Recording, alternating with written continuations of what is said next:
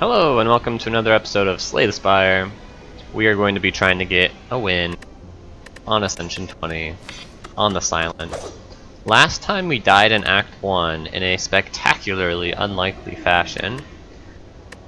I did do another run since then. I also lost. I think I mostly lost out of laziness to the Awakened one.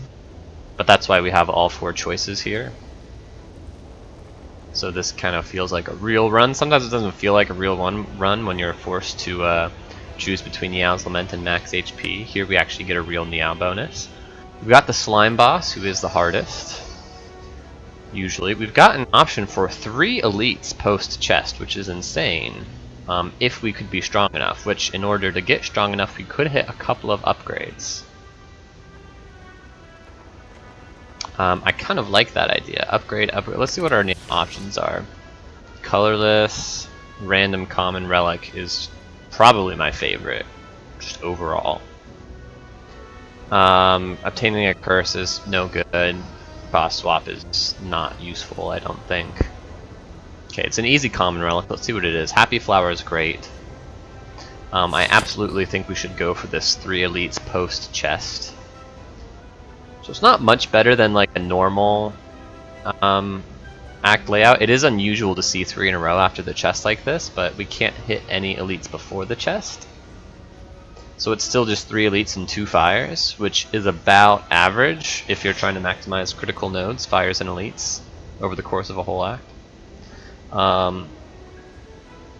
But this one's especially nice because you get all the chances to get stronger first, and then you do the elites. Now there is a downside. Arguably it is better to have a fire between some of these elites here rather than front load all the fires, because even though it's nice to get both of your upgrades before you even fight the first elite, sometimes you need to rest.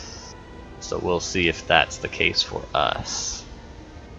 Okay, and then the other thing, and this is if you didn't watch our previous Slay the Spire episode, I'd encourage you to go back and watch it. It's not as long because we died in Act 1. We spent 20 minutes after our death discussing the likelihood of dying in the hallway fights as we did. So you see here, something about this path is that we can get 5 hallway fights here on our way up to the first elite, which is nice because that's 5 card rewards. But it's dangerous because it means 2 hard pool fights. How bad is 2 hard pool fights? Well, usually it's not that bad. If you get unlucky and you hit Exordium Wildlife into Exordium Thugs exactly, those are both 6% chance fights, they're the hardest fights in Act 1, then it can go very poorly.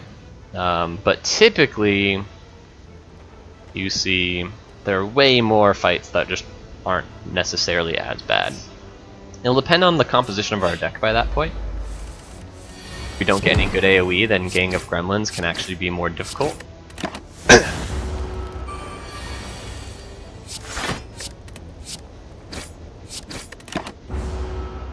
But I think on average 5.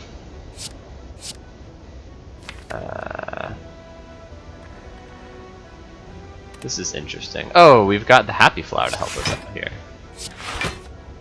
So we can be greedy.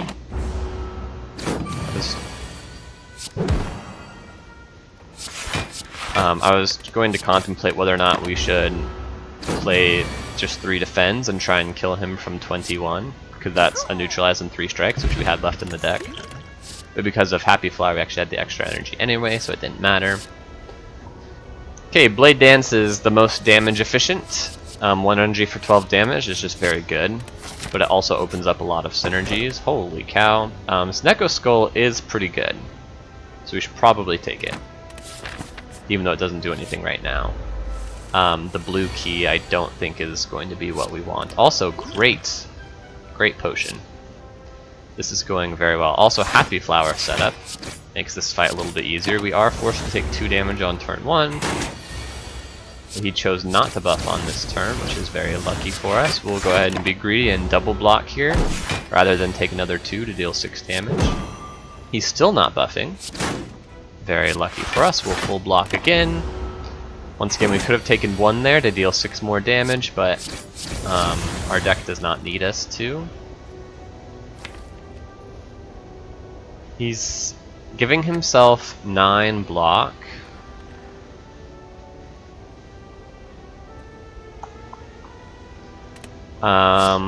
Which means we would not be able to kill with double strike next turn, which means we would rely on ourselves drawing a damage card in one of these 2 draws, and it's just too likely that we miss.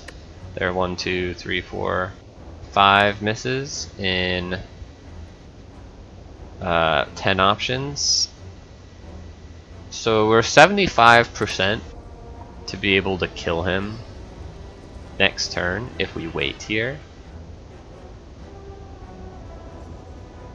We actually messed up too, right? We just played Blade Dance. If we had, instead of playing that last Shiv, played a strike, we could guarantee that he would be dead to the 2 strikes. I'm gonna be greedy for the Happy Flower setup. And I'm gonna end turn. Rewarded. I mean, but also, we could have... Really, it's not that we were necessarily rewarded, we were just not punished for messing up the Shiv damage setup. Anyway, Dash is amazing on floor fight 2, I guess, floor 3. It's gonna help in Gremlin Knob.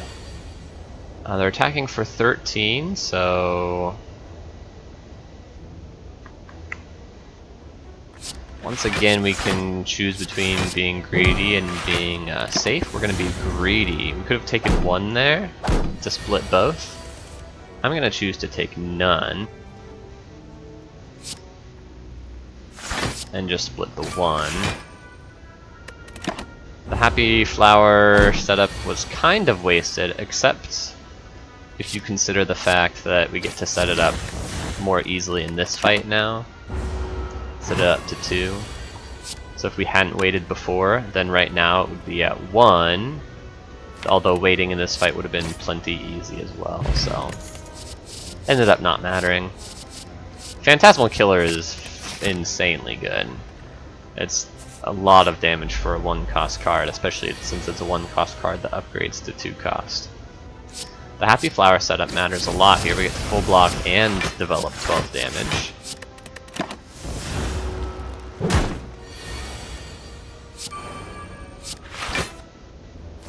A decent split here with the Phantasmal Killer. Nice, we even drew the dash, which makes it actually a great split. We got a little lucky with the draw there.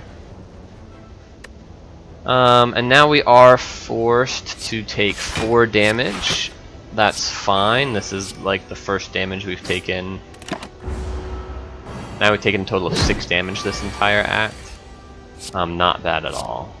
4 damage hard pool without using a potion is great. Still no potion there, which is a little unlucky. Finisher is great though, with the Blade Dance. Probably want to upgrade the Blade Dance then.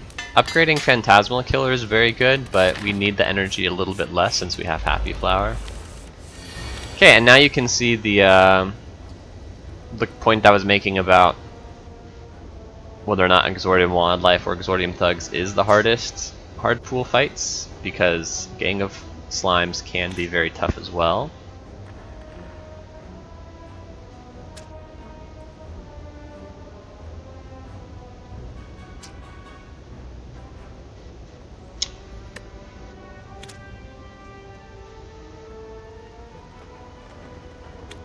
So dash, strike, right, and just take 2.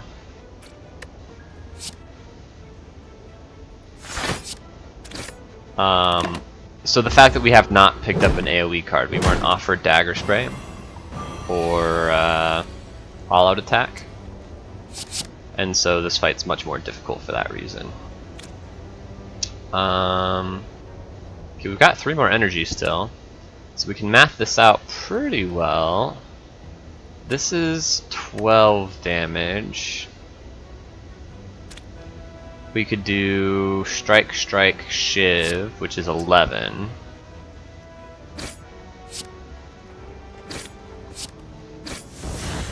And then we do take 9 damage here. Not the end of the world.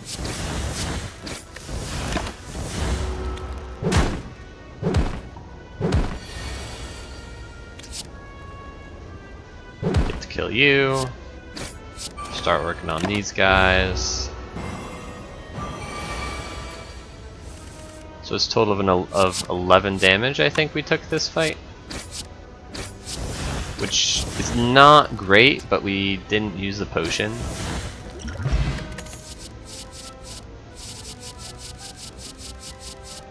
I think we can safely skip here. Piercing Well is a very good card, but right now, what's happening is in our deck is we have, I guess, like a draw problem. We have like a damage solution if things line up correctly. You can imagine if we get, you know, we get Finisher on the turn with a bunch of defense. We get Phantasmal Killer on the turn before a bunch of defense, right? Like turn 1 could be, you know, Dash, Blade Dance, Phantasmal Killer all in the same hand. Maybe we have enough energy to play it because of Happy Flower, but maybe we don't. And let's say we do, which seems like, you know, good case scenario, but it's still pretty bad if on turn 2 we then draw Finisher and 4 non-damage cards, which means our Phantasmal Killer did 0 damage and our Finisher did 0 damage, which means the only damage our deck is putting together is, you know, that turn 1 Blade Dance Dash, which is 26 damage. Not very good. So the point is, right now, even though we have pretty powerful cards, they're only really powerful in certain draw orders. And so this makes us more likely to miss those draw orders. So even though this is a premium block card, and we've got 3 elites and Slime Boss coming up, and this doesn't help in really any of those fights. I think it makes our deck worse in all 4 of those fights. So we are going to skip it, even though Act 2 is going to be a bit of a rude awakening without a Piercing Wail. I think we'll just have to suck it up. Okay, we could take the mana discount on Phantasmal Killer now, or we could just take the extra output on Dash. This doesn't matter that much. If you think about Sentries, the 10 block is a nice breakpoint on turn 1 against Sentries, or on any turn after the shuffle on Sentries, where there's just 1 Sentry attacking at a time. And then against Gremlin Knob, 3 more block is nice on the big attack turn, but if it's on the small attack turn or on turn 1, it does nothing. Same thing with Slime Boss, right? The 3 extra block does nothing on the first shuffle of Slime Boss, if we're assuming that we need to split. Finisher, this is kind of like a win more upgrade. We get the Blade Dance with the Finisher, then this is at least an 8 damage upgrade, which is huge. Let's say it's probably a 10 damage upgrade, since you're likely to be able to play a strike alongside that. 10 extra damage on a single card for 1 upgrade is really, really powerful. But you could argue that if we get Blade Dance and the Finisher in the same turn, we're winning that fight anyway right now.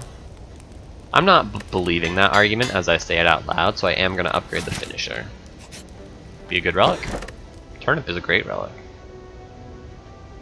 I mentioned that Act 2 was scary, and so we might want that Piercing Wail for Act 2.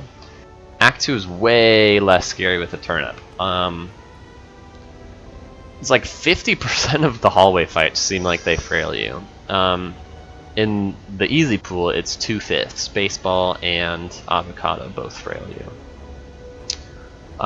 In the hard pool fights, Baseball, Sentry, Avocado, Rat can both show up, which still frail you. Those are just like more difficult version of those same easy pool fights.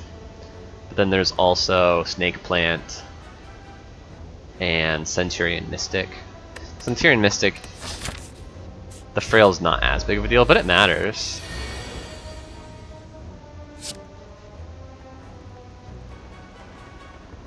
Okay. We're going to save this. It only needs to hit 2 attacks next turn for it to be, or anytime we get Blade Dance, for it to be as good as it is right now. But if we get it on the Phantasmal kill, it'll really assassinate the Gremlin Knob. So you can see here the finisher was a 4 damage upgrade, which is pretty good. I'm happy to have 4 extra damage against the Gremlin Knob. This is good enough. Oh, it literally is good enough. I wonder if we hadn't potioned if we would have enough damage next turn. I don't know if we would, actually. We're 3 damage over here. The potion added 30 damage because it's doubled on 3 attacks, the 5 strength. So he would be at 27, which is not enough for us to kill him next turn. It's actually 1 off. That's crazy. We should have done the math on that before we played out this turn, because if it was exact lethal, then saving this potion would have been way more valuable. But yeah, crazy. So we're 3 damage overkill here. Means that if we hadn't potioned, he would be at 27. Blade Dance is 16, Dash is 10. That would have been 26.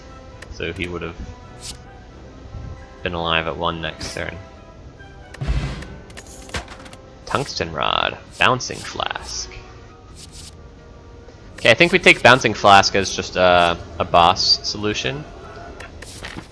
Not necessarily a slime boss solution. It's unfortunate that this is slime boss instead of any of the other Act 1 bosses, but I think it's still good. I think we're still going to be happy that we have it against Book of Stabbing, against any of the Act 2 bosses. Even against Gremlin Leader can help pretty well. And the only reason that this is true is because of the Snecko Skull. This becomes 12 damage right now, 16 if we upgrade it. Or poison. 12 and 16 poison are huge amounts of poison. And we're just gonna live with the fact that in many hallway fights this is like a curse. It's like not even gonna get played in a lot of these upcoming fights.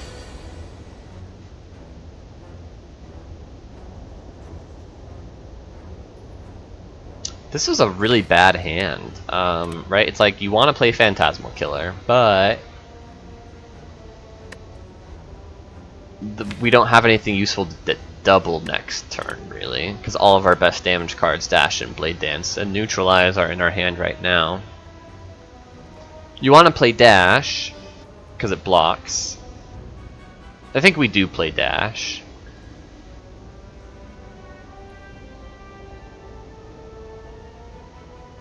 And they're both gaining strength, which is scary. You kind of want to play Bouncing Flask because it sets you up to maybe kill some lice without splitting them. But it's got to be worse than Dash.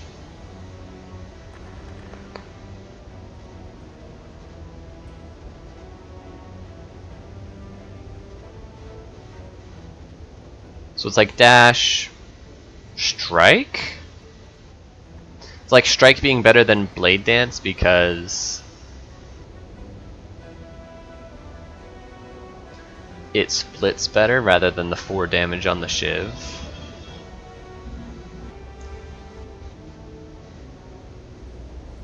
So Dash the middle one, Strike the back one, Neutralize the front one.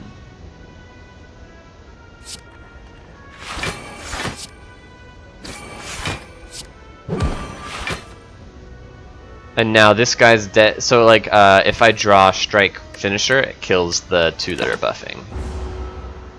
Or Triple Strike would also kill them, but Strike Finisher is a little bit more efficient.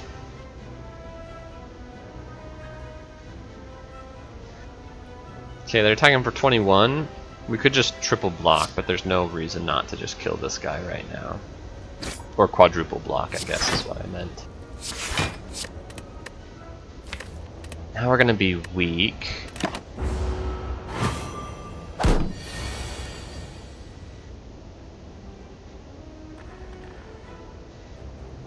Okay, this is still fine. We can do strike, finisher on the back one.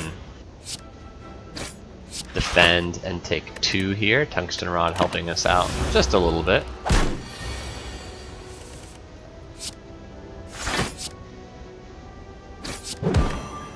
Dang it, we wanted to kill this turn because of Happy Flower. See if we can wrap Happy Flower around. At least got it on 1. Gambler's Blue Brew is very powerful. Slice synergizes with, well, first of all, these expensive cards that we took. We took a couple of 2-cost cards, and also Finisher. So I could see us adding a Slice to the deck. Also, it's still good against Slime Boss and Sentries. It's not my favorite against Lagavulin. It's probably decent in Act 2 still. But this can be our last damage, or like common attack that we take.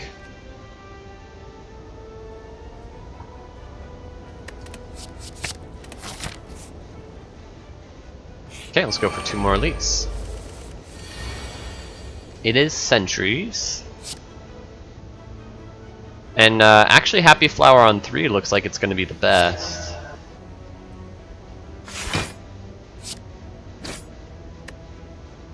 Because we didn't need the extra energy on turn 1 despite drawing the most cards on turn 1. Oh.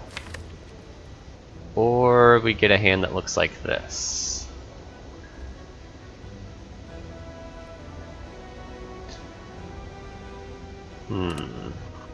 This has got to be a Gambler's Brew, just full Gambler's Brew. See if we can get Blade Dance and Finisher together.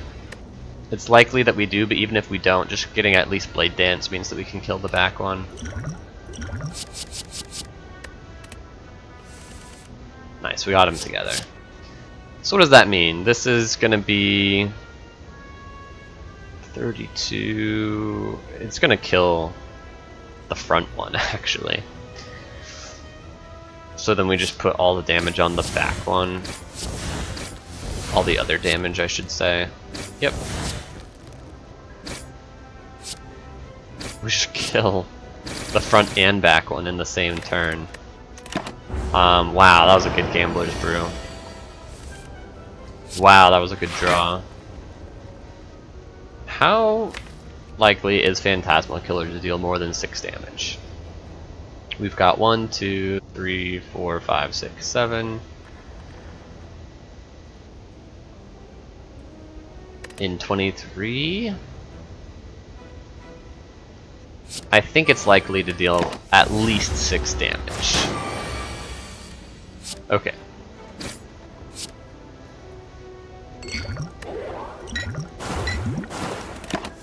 And now he's dead to any attack. Unlucky. We had 1, 2, 3, 4, 5, 6, 7. In 18, so we basically had to hit a 2 and 3 5 times in a row, so that's not very likely that we missed there, but that's okay. We take 4 more damage. 4 damage is all we took this entire fight, mind you. Also, Happy Flower gets a little bit better. Pantograph is nice. I mentioned that we don't need to take any more damage commons, though we are offered an AoE now. I don't think we need the AoE.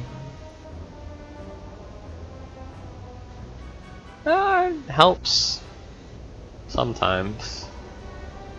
I think it's just Nightmare, though. Nightmare actually can really help against Slime Boss. I mentioned that something that's a little bit of trouble for this deck is lining stuff up, right? This deck feels especially powerful if you get Blade Dance and Finisher together, but if you don't, then like your deck will die to fights that you thought you were so good against because you were just used to getting stuff in the right order. surprisingly, Nightmare helps with that.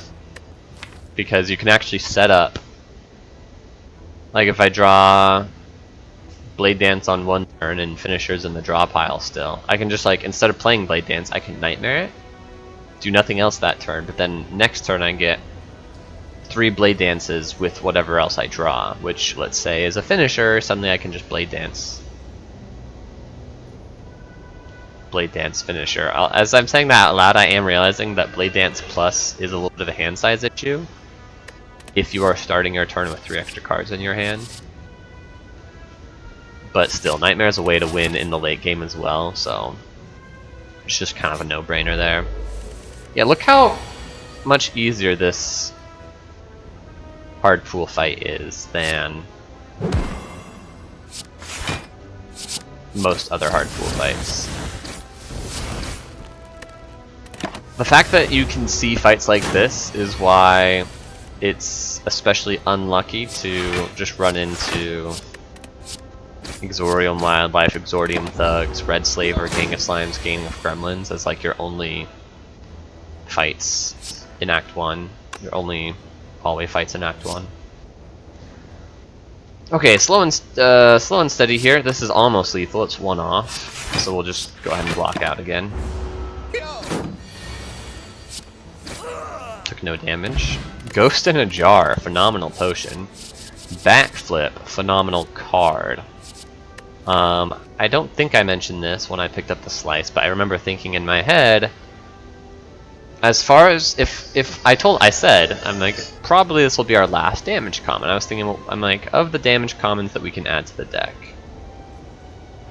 would I rather hold out for one of the other ones? Dagger Spray we saw, but there's also stuff like Dagger Throw or Poison Stab.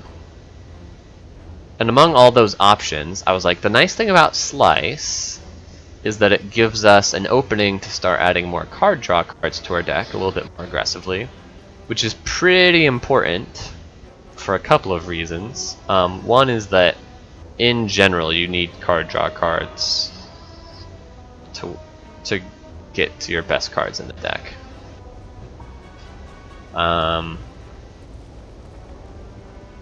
But also, I mentioned the problem of making sure you line up your cards correctly. You know, make sure you get enough damage cards on the turn after your Phantasmal Killer. Well, card draw helps you get all the stuff in your hand at the right times. So we absolutely want to pick a card draw now that our deck has kind of filled out for the important roles, damage and block. This our block is like Tungsten Rod, Turnip, Dash is like the only defensive stuff we've added to the deck, but it's actually pretty dang good. Very lucky that we've gotten 2 rare defensive relics. Lots of the rare relics are defensive. There's Fossilized Helix, Incense Burner, Tungsten Rod, Turnip are the ones right off the top of my head. Oh, Thread and Needle. Quite a few. Anyway, we're happy with Backflip. Backflip also makes Footwork better, and we want to take Footworks because of Turnip and Nightmare.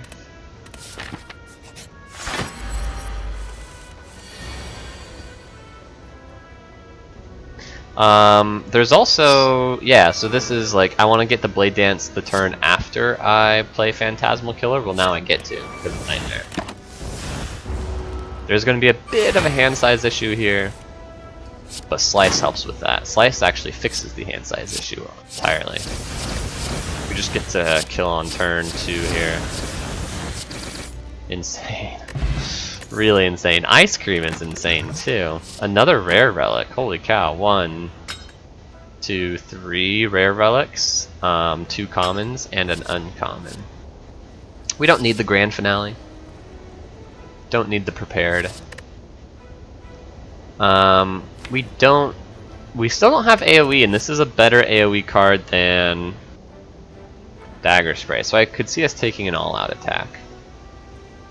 1 more attack in the deck. The problem with all-out attack is it's especially bad in the late game when you get stuff like Well-Laid Plans or Runic Pyramid, where you can't really afford to discard cards from your hand randomly because you need to hold on to certain things for next turn.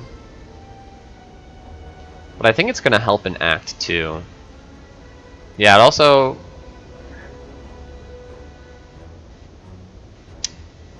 Something I've learned by sore experience is even like really premium damage decks can really struggle in not AoE fights per se, not like something like Slavers. You do fine in just like assassinate the back Slaver on turn 1 and then kill the front Slaver on turn 2 because your damage is just so good.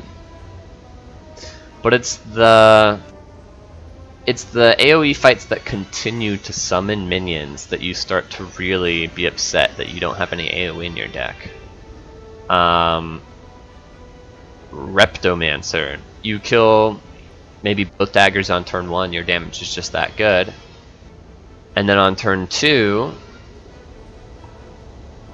maybe you're able to kill both daggers because your damage is so good. But now you haven't done any damage to Reptomancer because you've had to just focus down the daggers. And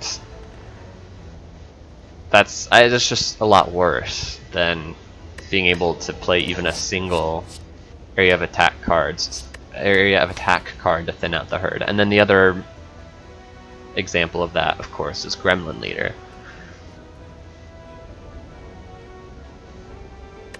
Our damage is not so good that we can reliably kill the gremlins on turn 1, so this helps a lot with that. So I think we should take it. There's also the consideration that like against Slime Boss, on the reshuffle after maybe we get a decent split, we split at 40, but now it's like we're going to draw a bunch of slimes, and we get Blade Dance, but not at the same time as Finisher, and we're weak. Auto Attack is going to help. Okay, what gets the upgrade though? Probably Phantasmal Killer.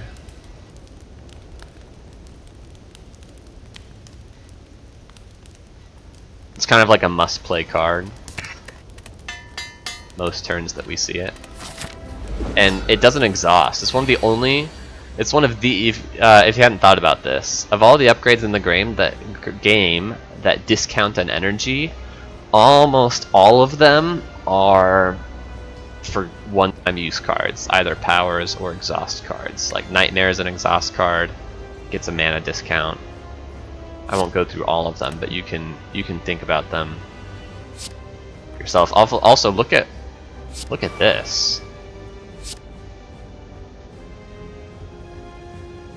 The fact that we upgraded Phantasmal Killer means we get to do this. All Attack is a weird one to duplicate because they can discard each other.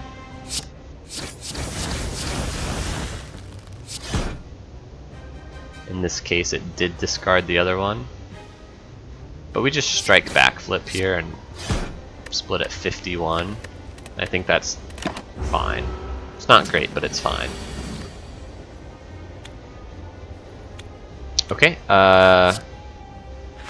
dash strike the front one, takes 7. Could have considered using Dexterity Potion here. It's not very good in most of the early fights in Act 2. Now we are weak. Do we just face tank 17 in order to deal 20 to this guy? Split him down to 15. Don't get frail.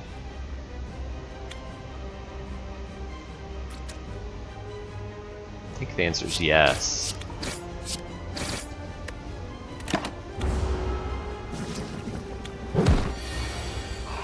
Back Slime's attacking again.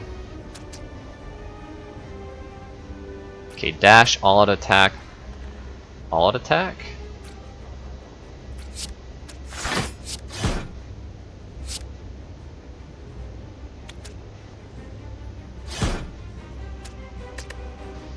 Take another 7. This fight's so hard.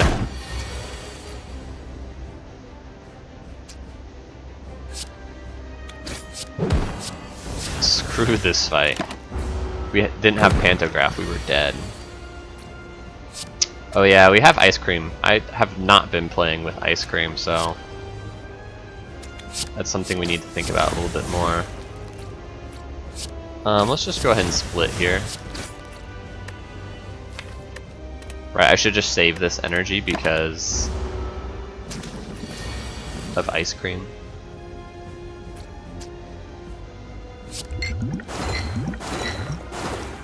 Well, that was really lucky. That was unbelievably lucky. That was 1 in 27 to prevent ourselves from... No, not 1 in 27, a 1 in 8. I was thinking it was 1 in 3, but it's just a 50-50 3 times. But it's actually better than a 50-50 3 times because it doesn't matter which one it hit first. It's just the other two flask bounces we want to hit the same one as the first, which is 50-50 times 50-50. So it was actually just a 1 in 4 for us to save ourselves a bunch of life there, and we hit the 1 in 4, which is really nice. Okay, that's lethal. Geez, screw that fight. We took like 45 damage in that fight or something like that. Ancient Potion's not that useful with a turnip. Blocking Frail in Act 2 is kind of nice, but without anything else to block, I don't think we're going to be holding on to Ancient Potion and, excuse me, until the heart fight, certainly, so. Envenom with Snecko Skull. Do we need it? It's pretty slow in hallway fights, and in boss fights, like, we already have Bouncing Flask. It's kind of expensive. I think Die is better. Another AoE card. Oh, there's the Runic Pyramid. Busted Crown is such a bad energy relic. And then Wrist Blade.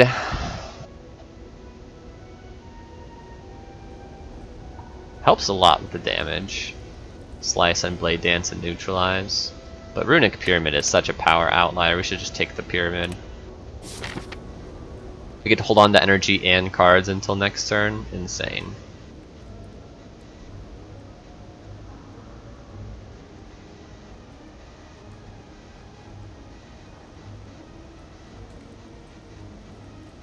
Okay, I feel like this is a very strong build, but not that we're necessarily like gonna stomp Act 2 elites. Although the Die helps a lot. I'm actually glad we have 2 AoE cards here. Feels very good for us being reliable against Gremlin Leader. Helps with Slavers. We really need to see a shop, right? So it's like pathing into this shop. Couple of fires. Shop elite fire is pretty good.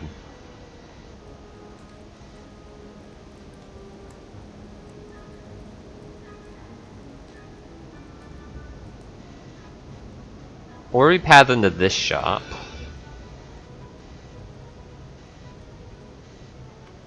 Yeah, this shop and this shop are almost the same. We get one more question mark here, but arguably question marks aren't even good. We'll just take the extra fight.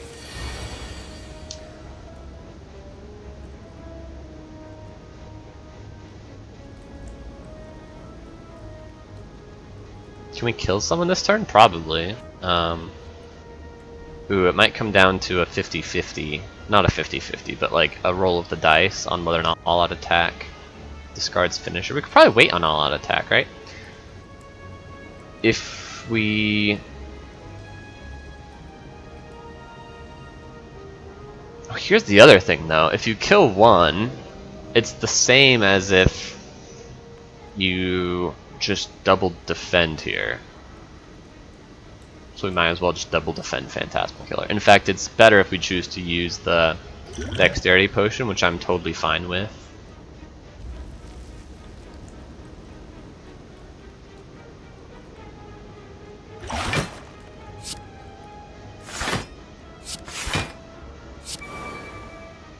Just save the energy. And now we should have lethal next turn. We took 7.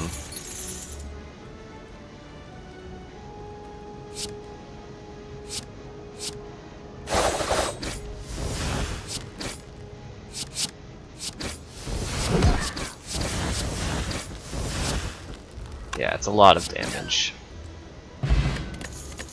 We did get the potion. We are offered a footwork. Geez, Runic Pyramid's so good. I mentioned the problem of lining stuff up, right? Like getting stuff on the turn after Phantasmal Killer, getting Blade Dance and Finisher together. Like that problem's just 100% solved. Now it just comes down to making sure we don't die while we're waiting for stuff to get set up. And Footwork is an immensely powerful way to not die while we're getting stuff set up.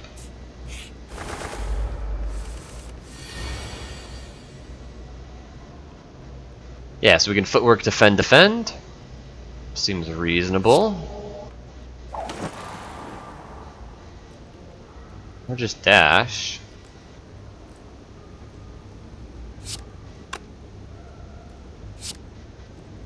Sure.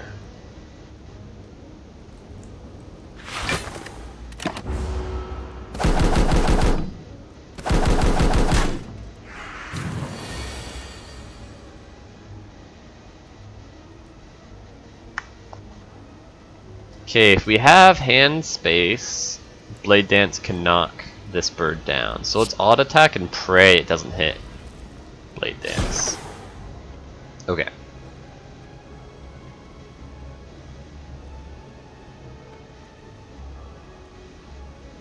Oh, freaking Tungsten Rod. We didn't need to even dash on turn 1. We don't take any damage from these guys. It's fine. It ended up working out okay. But we... Oh, no it didn't. Dang it, I thought we were going to be able to knock both birds down, but we're not.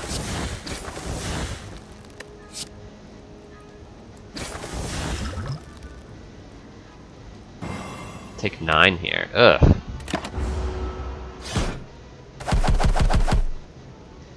Admittedly, holding on to the dash doesn't really fix that issue.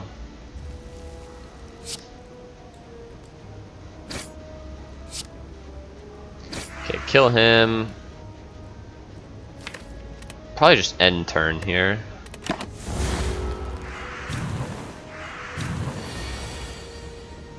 Yeah, now we're taking no damage already.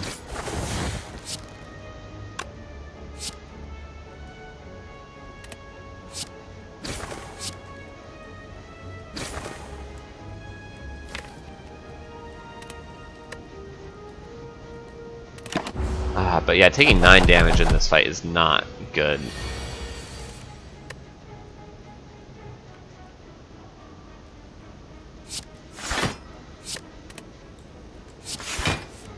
Okay, get the shuffle.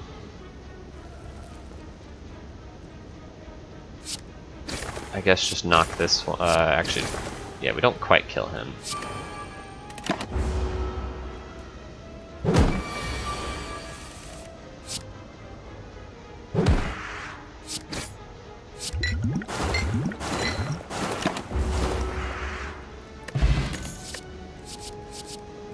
Dagger Spray plus. It's quite a bit better than all out attack minus. It's not quite as good as Die Die Die. I think the reality is we don't need another damage common.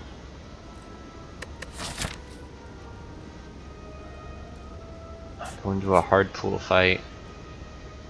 Oh no, are we realistically fighting this elite now that we've taken so much damage? I think the answer is no, so I think we can go to the question mark after all. Which means we don't need the extra damage card as badly. Not fighting as many elites. Not fighting a burning elite. Should we fight the burning elite though? I feel like our deck's going to be a lot better in Act 3 if we get an energy relic from this guy, which we are pretty likely to get since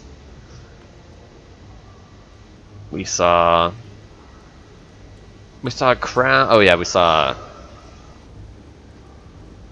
Wristblade. And we saw it's like Busted Crown is like an untakeable energy relic, so we're more likely to see a takeable energy relic from this guy. Coffee Dripper, Fusion Hammer, Cursed Key. I would even take Slaver's Collar. I would not take Joker, probably. I would take Ectoplasm, probably. I might take Sozu. It remains to be seen. That decision's a long time from now? Right now we need to decide. It kind of actually has a lot of bearing on what happens right now, surprisingly. Because are we going to need to fight a Burning Elite in Act 3? How likely are we going to be able to feel good about fighting a Burning Elite in Act 3? It's not only a hard Elite fight for us to deal with in Act 3, as opposed to dealing with it in Act 2 if we felt like maybe we were okay against Elites in Act 2. With a Ghost in the Jar and a lot of AoE, a lot of front-loaded damage. Right? Front-loaded damage works in Act 2 Elites, it doesn't really work in Act 3 Elites. And then it's like, should we add the Dagger Spray to the deck, because it's quite a bit better than... It makes our deck quite a bit better. Especially if we're going to try and fight this Burning Elite.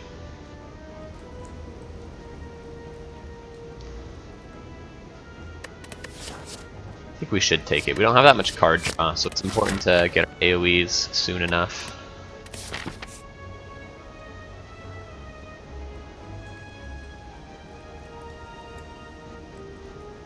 How good are question marks? I don't think they're that good, right? Bites would be decent.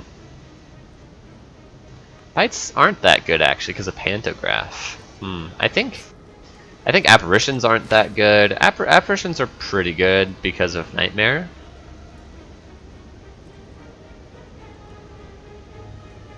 But they're pretty bad because of Pantograph, but they're pretty good because of Tungsten Rod. But Turnip and Footwork means we need the Apparitions a little bit less than what we normally would.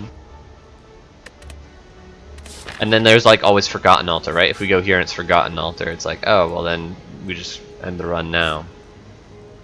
I think we go here not because we necessarily are fighting the Burning Elite, but because we have the option to, and the question mark's not so much better than a fight.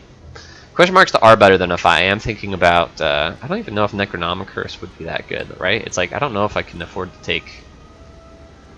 Normally it's 21 damage to get the book, but in this case it would only be 17 because of Tungsten Rod. 17 damage to get a book. Enchiridion would be really good, but Necronomicurse would put a Necronomicurse into our deck, which is pretty bad with Pyramid because it's just going to permanently be in the way.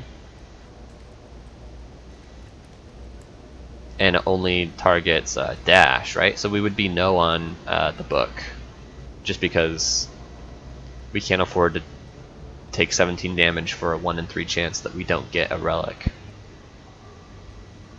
Nilreese Codex would be pretty good, but probably unnecessary since we already have like some of the basic tools we need to win any fight. We just need to be able to like survive in the meantime. So we're no on book, so book is a bad event as well. So it seems very clear that we shouldn't take question mark. Writing on the Wall would be an insane event. Upgrading all these strikes and defends would be huge. It would be phenomenal. Like it could win us the game actually. Right, upgraded defends with Footworks in a silent deck. Like that's an actual block solution that right now I don't know how we're going to find a legitimate block solution in the meantime. An Apotheosis, I guess. But still, that event would be huge. But then, like, besides that, I can't really think of that many other good events. So I think we take the fight. Which is scary. And it's Avocado Rat. Which is bad.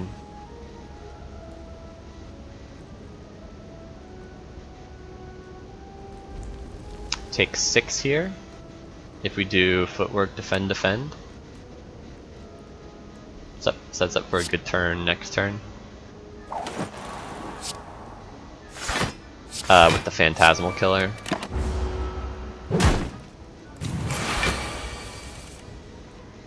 Yeah, this should be... It's not quite lethal, is it? Or is it? Yeah, 16? That's a lot.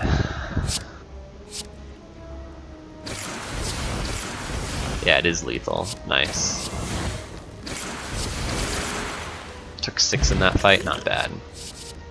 Got a potion back. Another Dagger Spray plus. I don't think we take another one. Piercing Wail though, we absolutely take. Now it's in the part of the game where it's really good.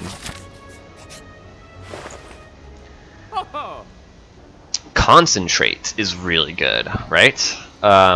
With Ice Cream and Runic Pyramid, that's huge. That's so good. And take the backflip as well. Take the card draw, the block card, the energy gain. Really, really good shop to get both of these together. Do we take a question card?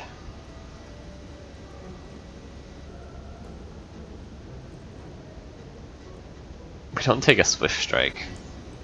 Look how silly Swift Strike is. On Silent in particular, the fact that there's a common card that just does the same thing but costs 1 less. Or, I'm sorry, deals 1 less damage but costs, in a shop, it's half as expensive.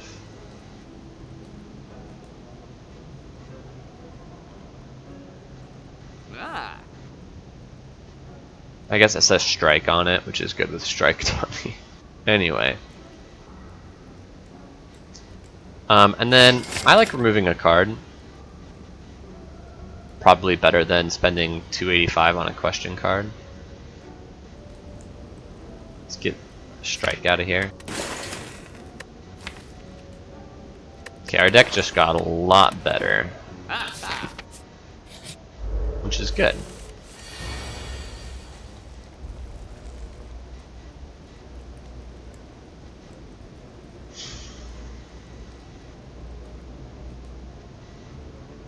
Probably just strike and turn. That's pretty funny. Probably gonna want to save the skill potion if we can.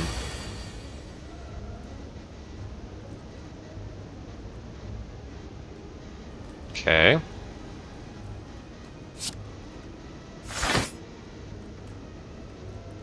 Dash backflip to start. Okay, we got the Phantasmal Killer.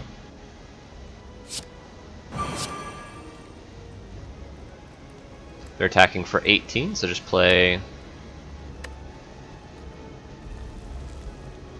one more defend. Maybe we play a Survivor for hand space, yeah.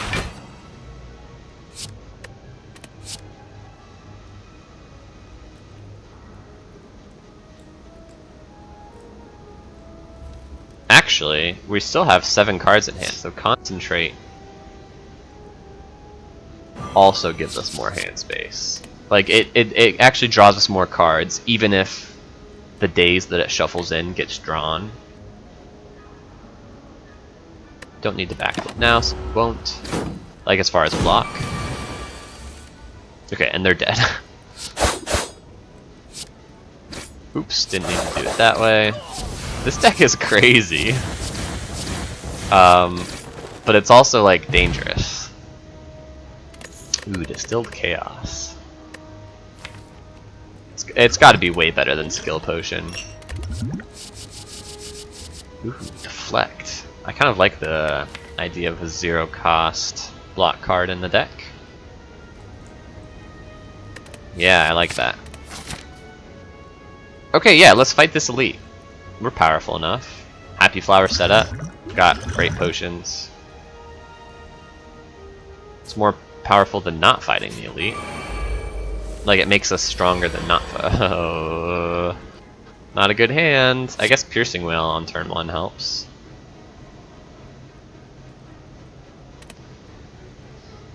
Do we want to just? I think the answer is no.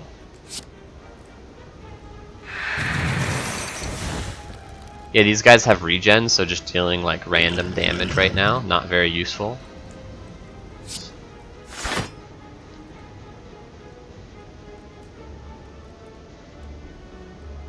They're attacking for 16, so we could just full block.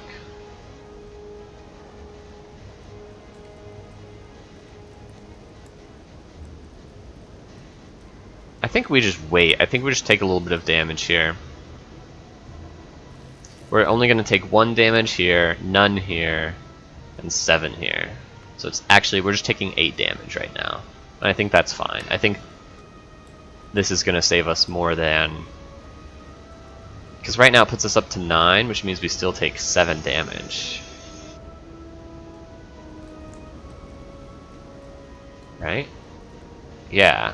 So weirdly, this only blocks for 1. Something like that.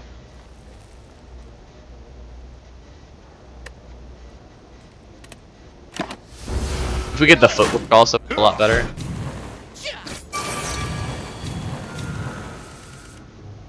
Okay. Now we are going to try and kill the back one so we don't get vulnerable. And we are going to Distilled Chaos to help us in that pursuit. Because we could hit Finisher, we should play the Blade Dance first. And, like, do all the damage first.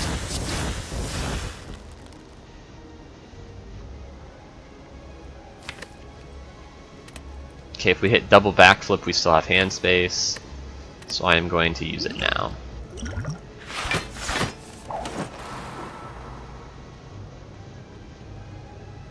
Okay, so we can't prevent ourselves from becoming vulnerable. That's really bad.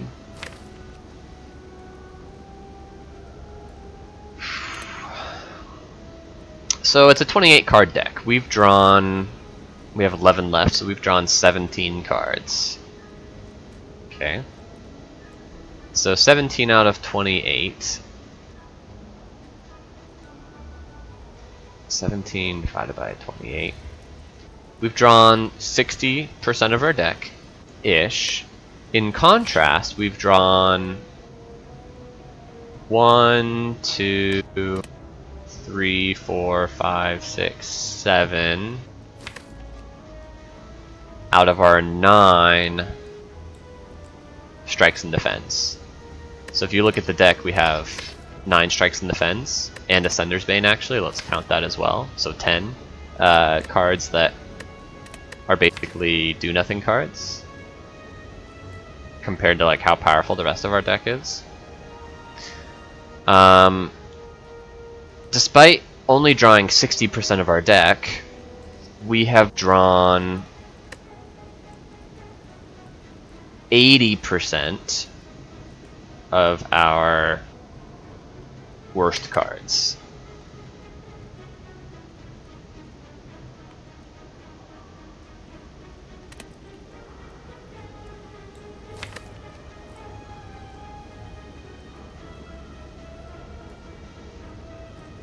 Anyway, saying it out loud, it doesn't seem that unlucky, but it definitely feels pretty bad in a situation like this. Like, I don't know what we're gonna do here. Like, concentrate Nightmare Strike, just so we get it with the finisher, and go for a crazy kill next turn.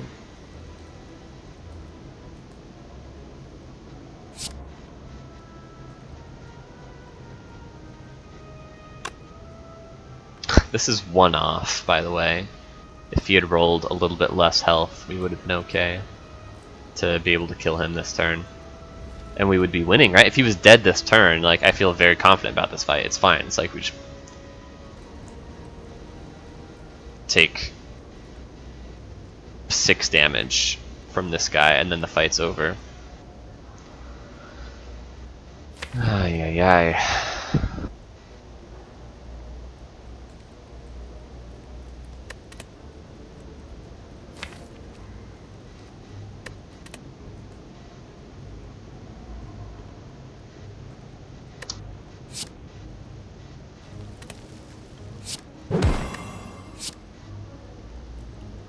Do I need to block here? 17, so he brings down the 5 armor, so then he deals 2, he deals 8, so we would take 10 right now? But this only saves, oh, but we have footwork in play, yeah, so defend's actually quite good. Okay, I like defend, concentrate, Nightmare the Strike.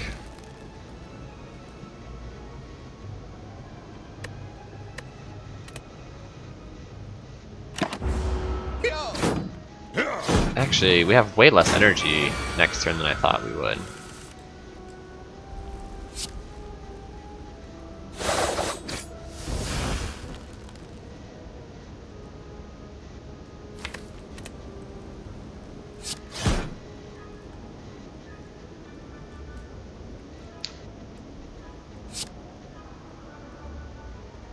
Okay.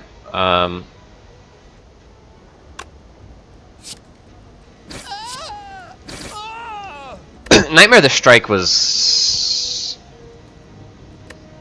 bad.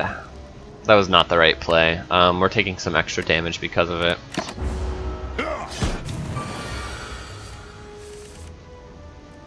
But we should be able to win from here.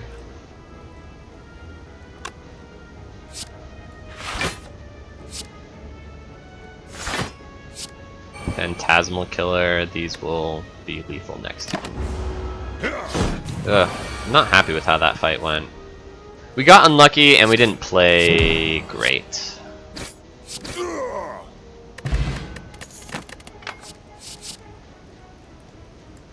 Do we need more card draw?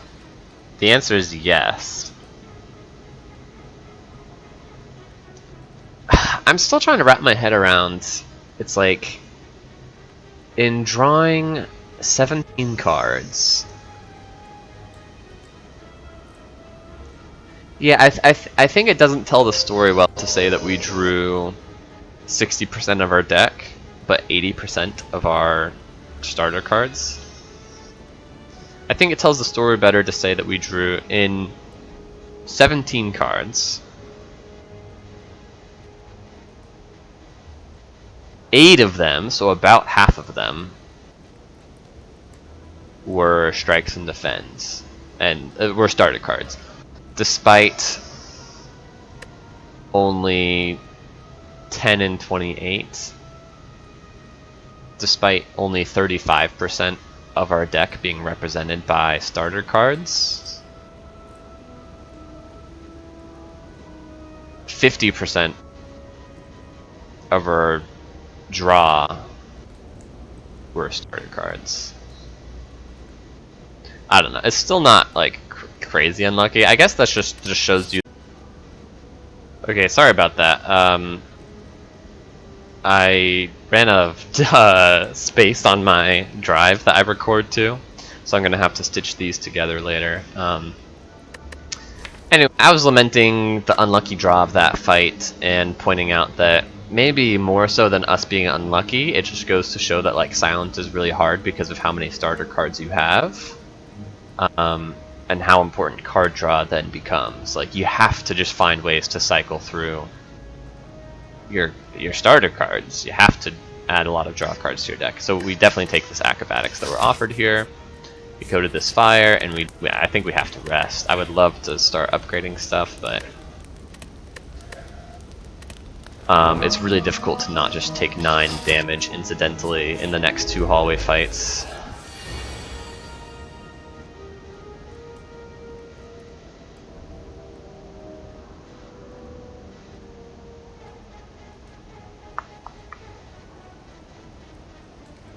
Few options here. We could just start with die, though. Like, maybe we save it for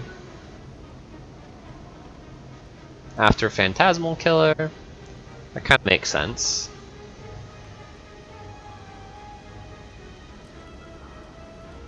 So it's like, what do we do here? Bouncing Flask pass means we only draw 4 cards.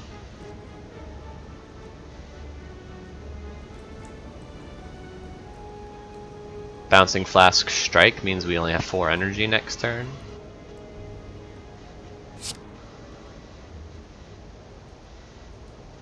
I guess that's okay. Bouncing Flask is so bad here. We probably should just die strike and say we don't need to have the AoE happen after Phantasmal Killer. This is going to be sufficiently strong. We don't even know if we're going to get Phantasmal Killer.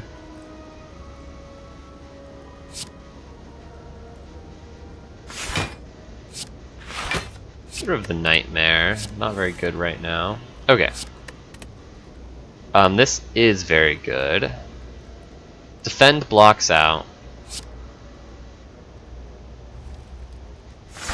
And then we can concentrate for more energy. And then we just play these next turn when it's lethal.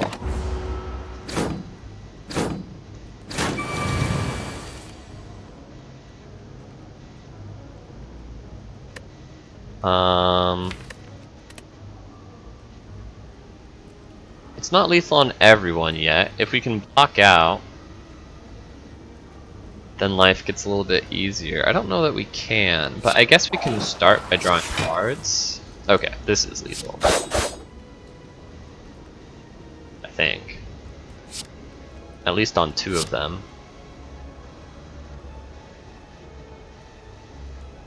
This will kill whomever we want.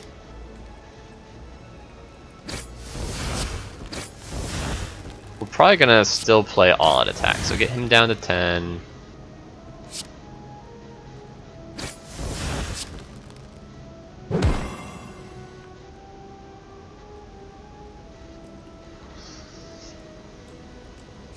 Okay, this kills you. This blocks the bat guy. No, we don't. We already have the bat guy blocked out. So this helps kill the bat guy. This kills the front guy. Okay. Happy Flower's happy. Took no damage there, which is nice. Blade Dance is a little awkward with the hand space deal.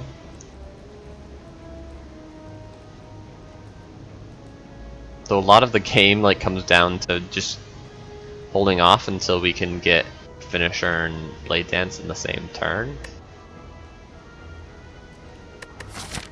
Who's our boss? Champ?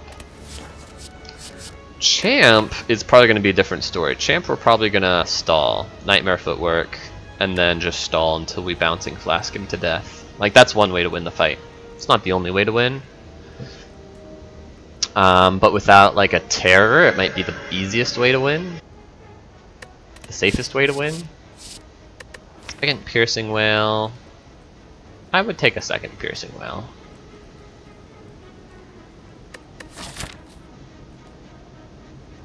Go to this shop, go to the, fight this elite, yeah, okay.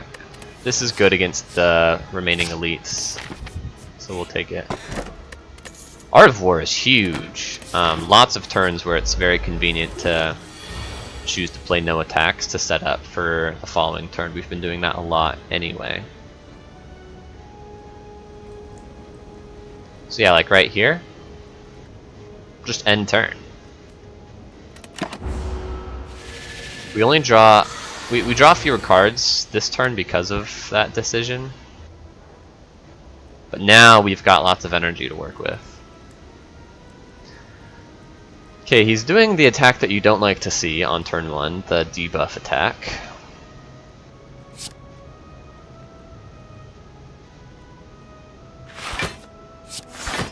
Let's see what we can draw. We drew Finisher, but it's really expensive, but I think that's okay. I think we're just gonna go in on it.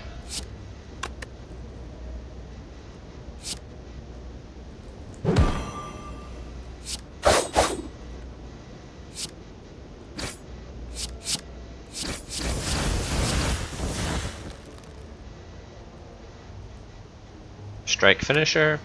Yeah. So he's dead next turn sometimes, and if he's not, we've got a lot of block in the bank. Oh, by the way, Ginger. The Ginger Turnip combo. We can't become weak or frail. Crazy. Okay, let's draw. That is lethal. Nice. We're also blocked out, but it's better to kill this turn because of Happy Flower. I wonder if we could have gotten away with not resting. Corpse Explosion. Ah, man, this kind of changes all 3 of these picks. I mean, these got us this far, right? If we didn't have All-Out Attack, Die, Die, Die, Dagger Spray, then what we've done so far in Act 2 is a lot more difficult. But Admittedly, the AoE matters so much less now that we have the corpse explosion option. Do we want the corpse explosion option?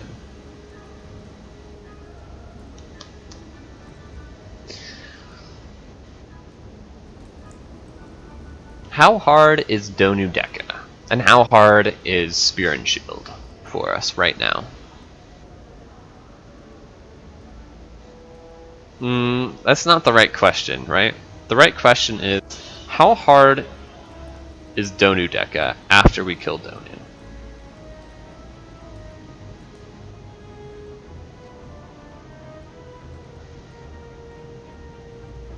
Seems extremely easy with Runic Pyramid.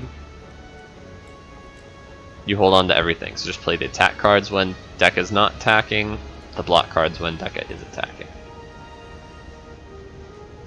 Because Corpse Explosion does, like, it helps in Donu Deka, but that's a little bit misleading. It does not kill Donu a lot faster. It might help against Donu just because he has 250 something health and like 6 damage per turn can be meaningful. I'm saying that a lot. I'm like, 6 damage per turn sucks, especially with 2 upfront energy cost. I guess it's nice that it's not an attack though for Art of War, but still. And also the artifact charges, right? It's like maybe that you could argue they help peel off the artifact charges, but I'd rather take Noxious Fumes for that. Much better.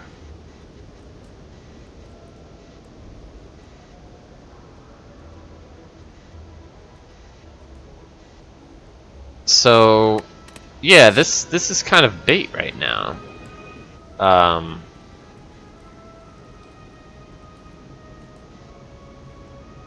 Crazy. Sneaky, or escape plan rather. Escape plan should be good with a footwork. And this deck is just like already pretty good against Time Eater. Would be the big reason you don't want to take escape plan. There's also Chosen to think about, but we have potentially no more hallway fights left in Act 2. Which I think is probably what we're going to do. Yeah, we're probably going to go here, here, here. Which means I'm pretty happy that we rested. Yeah, that we were forced into an elite, so resting here made a lot of sense. Being at 9 health for an elite was just not an option, I don't think. We might perfect the next elite fight. But it just depends on our draw order. If we draw 10 starter cards on the top, like we would just die. Yeah, I think escape plan helps. I think escape plan helps.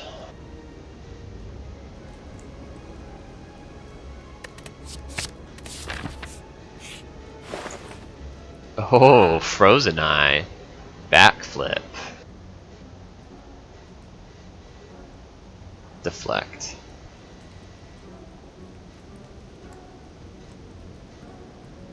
Frozen Eye seems huge. That seems really good. I don't know if we need to buy a Deflect. I'm gonna say no, don't buy the Deflect. Do we want to remove another Strike? Strike removes are actually really good because of Art of War now. It's even better to, yeah. Sure, let's remove Strike. Why is Frozen Eye so good in this deck? It's because with Pyramid you have a lot of control over when you draw things. So just like in a general sense, like to give you a general idea of like how useful Frozen Eye is, the more control you have over your incoming draw pile, the better it is. Because if you don't have any cards that draw cards, then you can't change your fate by using Frozen Eye. Although you can still, it's even still useful in those situations because you can still make decisions with the hand that you draw as to whether or not you need to block as much on one turn or not, if you're going to draw lethal next turn and stuff like that. However, in a deck that both has lots of control over what's coming up because of card draw cards, 3 backflips, acrobatics, escape plan, and Runic Pyramid, which just inherently gives you control over what's coming up because you can, you know, use your maximum hand size to not draw stuff, actually. So it's an immense amount of control. And you have the fact that you can save energy over to future turns gives you more agency where it, like, and same thing with Art of War is a way to like save energy for future turns, basically. Is a way to determine if that's going to be useful, essentially, because Frozen Eye can tell you, it's like, oh, if I have this amount of energy next turn, I'll be able to accomplish this amount of stuff. We should probably get going on this run. This is going to be a really long run because of Frozen Eye, so I shouldn't necessarily sit here and analyze this to death. But there is one more reason why Frozen Eye is especially good in this deck, and that's because of Phantasmal Killer, also Finisher Blade Dance. But just the fact that, like, if Phantasmal Killer is the last card in our deck, knowing that on turn 1 is really, really useful. Making decisions for like the 99% chance, let's call it the 95% chance, that you get your cards in a certain order, namely like not bottom decking Phantasmal Killer. But then bottom decking Phantasmal Killer can lose you the game. One of the hardest things about Spire is that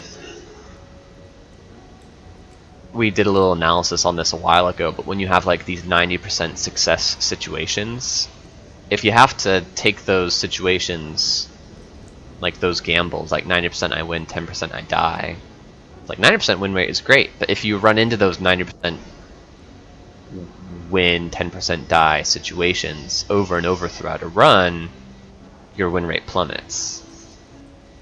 Now a lot of times you're not forced into those situations, but you decide, it's like, oh, is like a 90% chance of winning good enough? Frozen Eye takes away the uncertainty of that.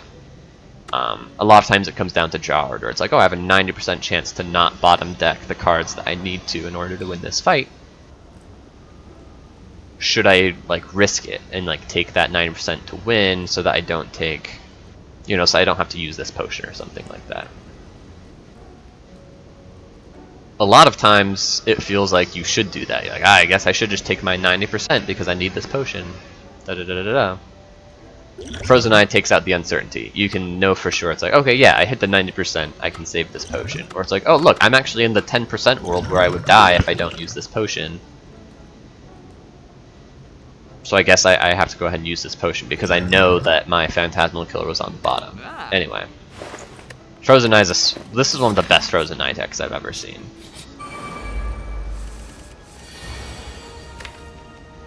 Okay, Die Die Die is coming up, plus a Slice. But we can't get the Slice this turn. But that's okay, we can still kill the Fat Gremlin if we Acrobatics. Oh, barely. But yeah, if we can kill the Fat Gremlin, we should.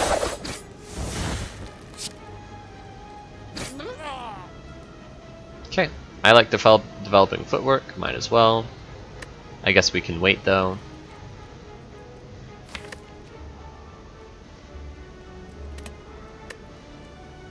Where is Phantasmal Killer? It's further than halfway down, so we don't love to see that. Also, Finisher is in the bottom 4, which we don't like. Also, Bouncing Flash is down here, which we don't like. But Dagger Spray is coming up, which is good. Okay, we just end turn.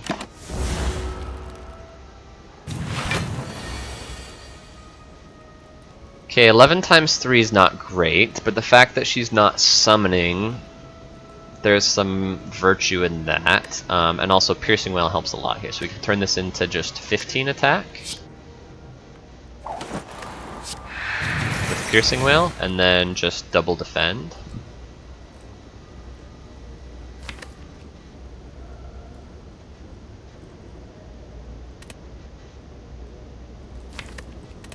This doesn't block right now.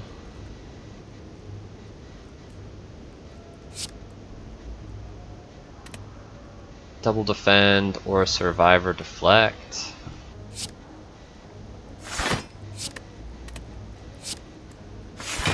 Okay, yeah, and then we draw 5.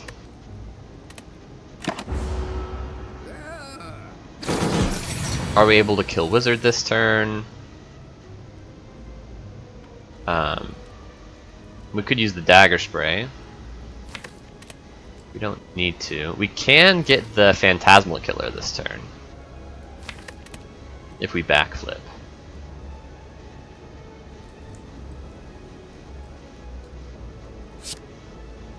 So it's like slice, strike. Do we want to phantasmal killer this turn?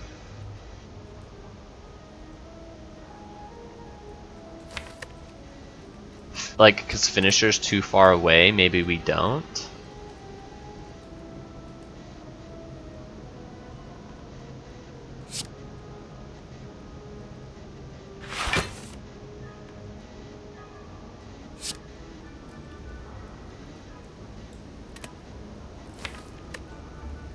How's our block next turn if she chooses to attack? It's okay. Dash, defend, neutralize, piercing wail.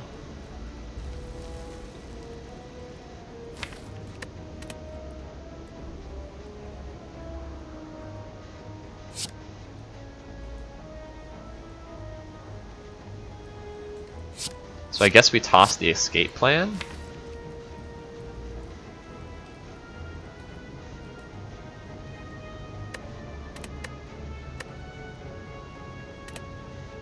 And we save the phantasmal killer.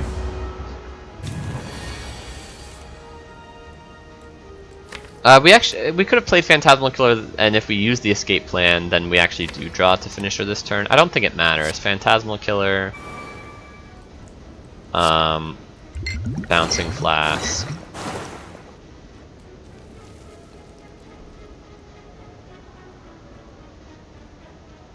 Just like defend to make space. We could nightmare something, but it's going to be hard to get the blade dance off if we do that. I think this is just lethal next turn. We don't even need to defend. I will though. She's not attacking, so we don't need lethal. But we have it. We should not kill this turn. We should just set up so Happy Flower goes to 2.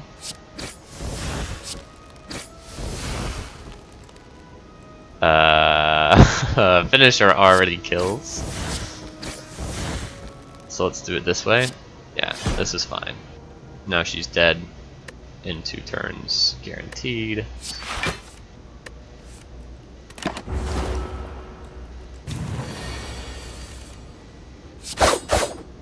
And Happy Flower's happy. Wet Stone. Blur. Nightmare Blur, that's kind of a combo. Sure. Nice, dash and neutralize. Awesome attack upgrades. That's rewarded for removing that extra strike, right? Our deck is mostly only good targets for Whetstone. Also, we took 0 damage in that fight. Dang, it looks like we missed out on an upgrade right here. That's like hindsight thinking. You can lose no damage and still confidently say it was correct to do it that way, just because there was a risk that we take 9 damage to Book of Stabbing on turn 1, and there's nothing we could do about it. So resting saves us from that unfortunate fate. Footwork makes the most sense to upgrade, I think. This is a great fight, or a great reward. I'm very happy to see this fight, I should say. What have we got? Blade Dance is 2 draws away, so Backflip lets us get there. So we should be able to just kill next turn. We do need to draw 5 cards though. We also need to block anyway, so Survivor's good for that reason as well. And even if we don't kill here, we can at least kill a couple of them. Probably. 26 damage is so much. Yeah, they're toast. Making hand space for the Blade Dance is a little tricky.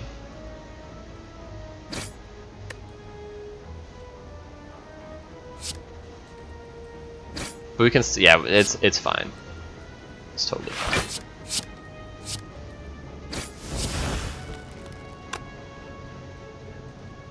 Well, it would have been fine if I had done this correctly.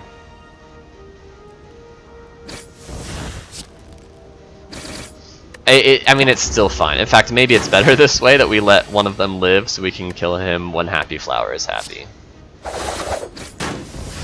By the way, I don't know how question marks work. But this is our first question mark of the act. I don't know if that means that this would have been... that event would have been here if we had gone here. But this is an event we didn't consider, if you remember this crossroads, and I was trying to decide how sad I was to skip this question mark. Seeing this fight on floor 3 of Act 2 would have been a lot worse. I'll say that. Would have been a lot worse.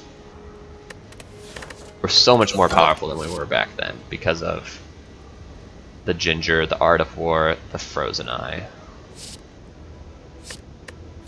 As well as a slew of cards that we've added. Concentrate, Backflip. Do you remember that shop? Concentrate, Backflip? That made us way more powerful. Acrobatics, Backflip, Blur, Second Piercing Well, Deflect. Anyway. Yeah, I'll take an Escape Plan Plus. Okay. Yeah, the reason the rest feels especially silly now, though, is because that doesn't even help against the champ, assuming that, you know, Pantograph heals us enough. I think we want to upgrade either the Nightmare or the Bouncing Flask. This expensive Nightmare has been kind of a headache. But also, I don't know, we've kind of got the energy solutions. Maybe we just upgrade Bouncing Flask for the champ fight.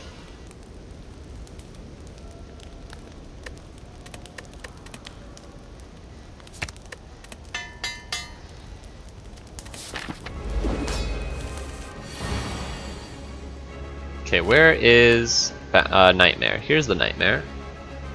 It's pretty far down to try and save footwork for Nightmare. But we can save Blur. We can use Blur for the Nightmare.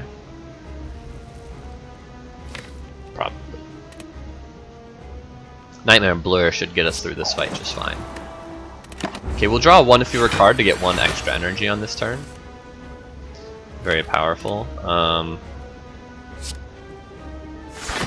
We need to block a little bit. We like to draw 3, 6, 7. This now blocks a little bit more for us.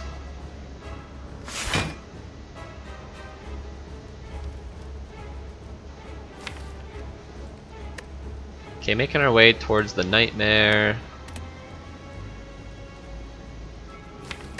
We can get to the Concentrate this turn. But maybe we all out attack. We miss out on an energy, but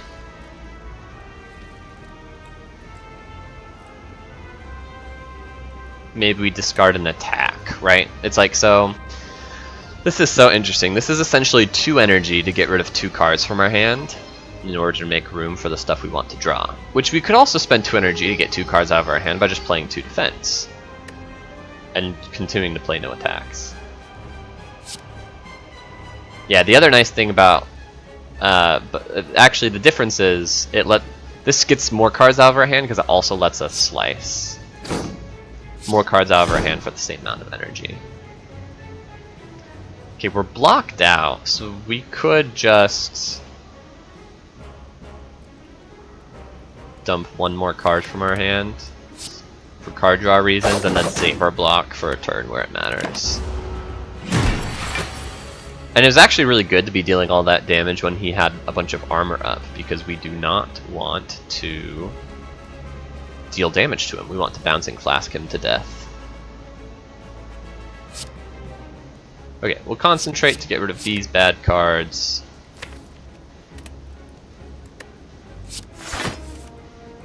Backflip, deflect, Bouncing Flask. Get rid of Piercing Wail from the deck will be very useful. We could backflip now, I suppose we might as well. No, the reason not to backflip right then is because we might need the block later, but it looks like we don't. Okay, is Nightmare the Blur actually good enough? I don't know.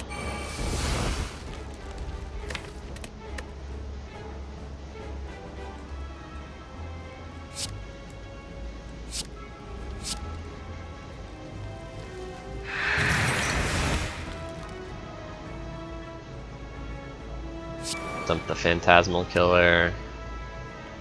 And the defend. Okay. Also, the fact that we can't be frail or weak is so good in this fight. This should be a pretty free fight. He's buffing again though. He's doing the bad order of things. But I have a feeling it doesn't even matter.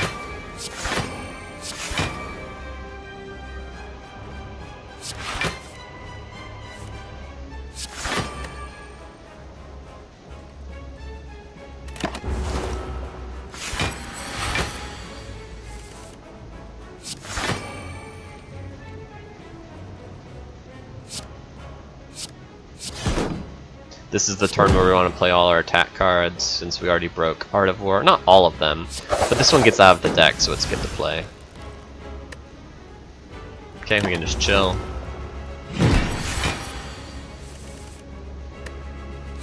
Blur.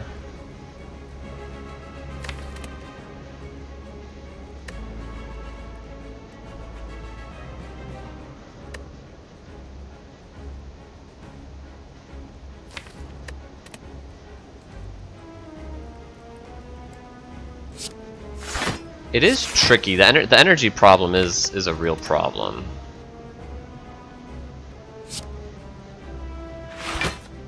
Should be a much better 4 energy deck.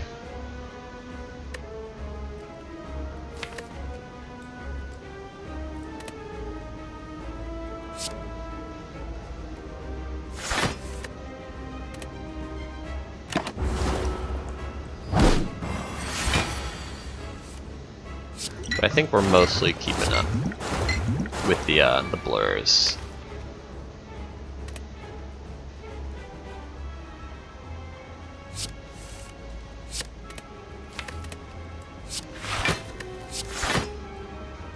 Survivor is one of the better cards we can play, because it's 1 energy to get rid of 2 hand size.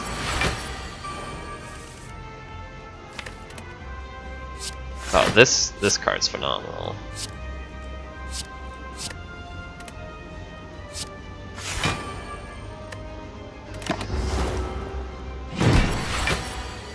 Concentrate helps us a lot, yeah. The energy deficit we just overcome now.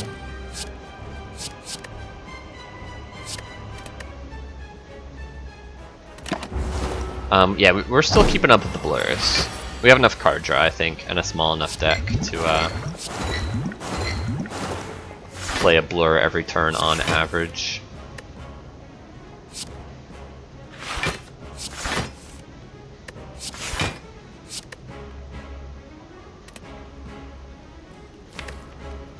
Yeah, yep, yeah, we've got one blur per turn right here, even without the extra card draw.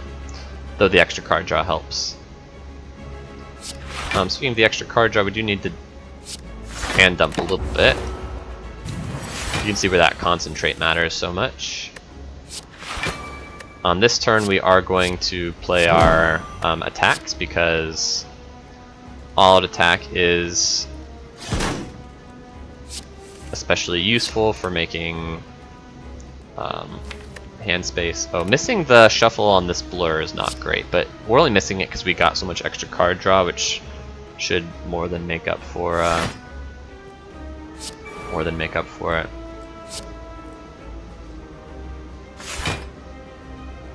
I guess in this situation we since we're splitting, we should just use the Phantasmal Killer to deal as much damage here as possible.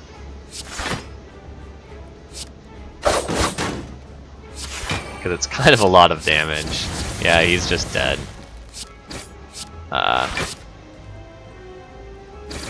Dead this turn? Yeah, he is. Dang, we should have set Happy Flower up. We killed too fast. Okay, this was a great proof of concept for the power ceiling of this deck. We solved everything.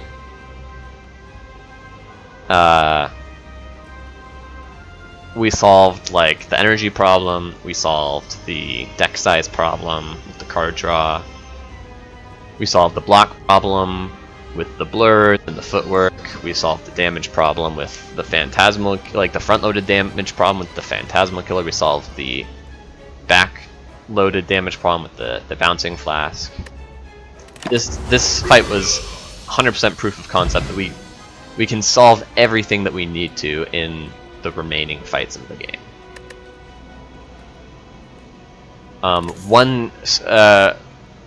Mostly, there are a few caveats. There's turn 2 against Spear and Shield. So it would be really nice to get like a Gambling Chip, or I guess a Horn Cleat, more card draw in general. Like, there's still a chance that we just brick in the first couple turns of that fight, because they shuffle 2 burns on top of your deck. Although, honestly, Runic Pyramid's kind of already a solution for that. It's hard to brick too much. The other problem is the first cycle against the Heart. We're not frail, so that helps. But we will still be vulnerable. And Ancient Potion solves that.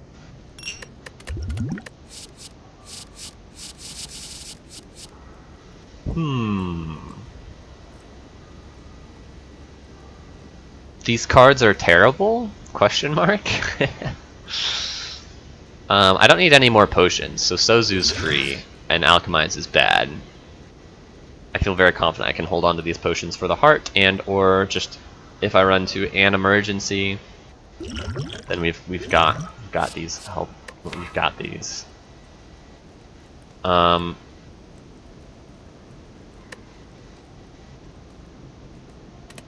Oof. By the way, I'm running. I've got like an hour left to finish this recording. I should be fine, but I need to not lollygag too much. I'm not gonna let that pressure me into rushing fights that I would lose if I went too fast, because I'm bad at this game. Like I'm bad at this game in the sense that I'm very prone to making wrong decisions in the microplay, I think, especially like within a fight itself. I'm very good at this game in the sense that I think I have a very high patience for getting to the correct decision eventually. But then that becomes bad at the game again in the sense that my patience can run out. I lose a lot of runs because I run out of patience. I don't want this to be one of those runs, but it's going very well. I guess Bullet Time saves us if we don't see a good energy relic.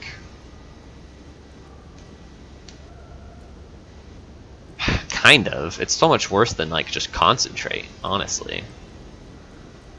A lot of times I want the energy to be able to draw more on that turn or something.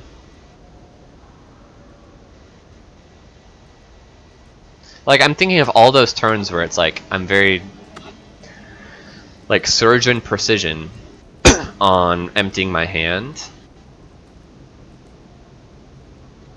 Yeah, it costs 3 energy too. It's like Art of War refunds 1/3 of the energy already for just the fact that I can choose not to play strikes, which is something I lose when I play Bullet Time, because then I just kind of want to play my whole hand. I guess I don't have to play my whole hand, but if I'm not playing my whole hand, then I'm basically like I play Bullet Time, and then I play you know, the 3 block cards in my hand, and then I just end turn because my other cards are attacks, which I don't want to play because of Art of War, or draw cards which do nothing because I just play Bullet Time. Okay, and then, so Alchemize is bad because our potion bar is so good. Bullet Time is bad because, like, the way Art of War, Runic Pyramid, and our card draw cards are interacting with Concentrate means that Bullet Time just feels kind of like a brick to draw. We talked about turn 2 against Spear and Shield. This is one more card in my deck that I can have in the first 9 cards of my deck that could cause me to lose on turn 2. Because it doesn't actually give me any output. And it also makes it hard to draw cards. Ugh. So this is no and this is no, so then we're just looking at Doppelganger, which is bad for most of the same reasons that Bullet Time is bad. The extra card, it's like I already get to save energy over for next turn because of Ice Cream. And then I'm gonna have a full hand next turn because of Runic Pyramid. So neither of the effects of Doppelganger do anything. It's just one more card that if I draw it in the first 9 cards of my deck against Spear and Shield, it does not give me any extra output. So I could just die.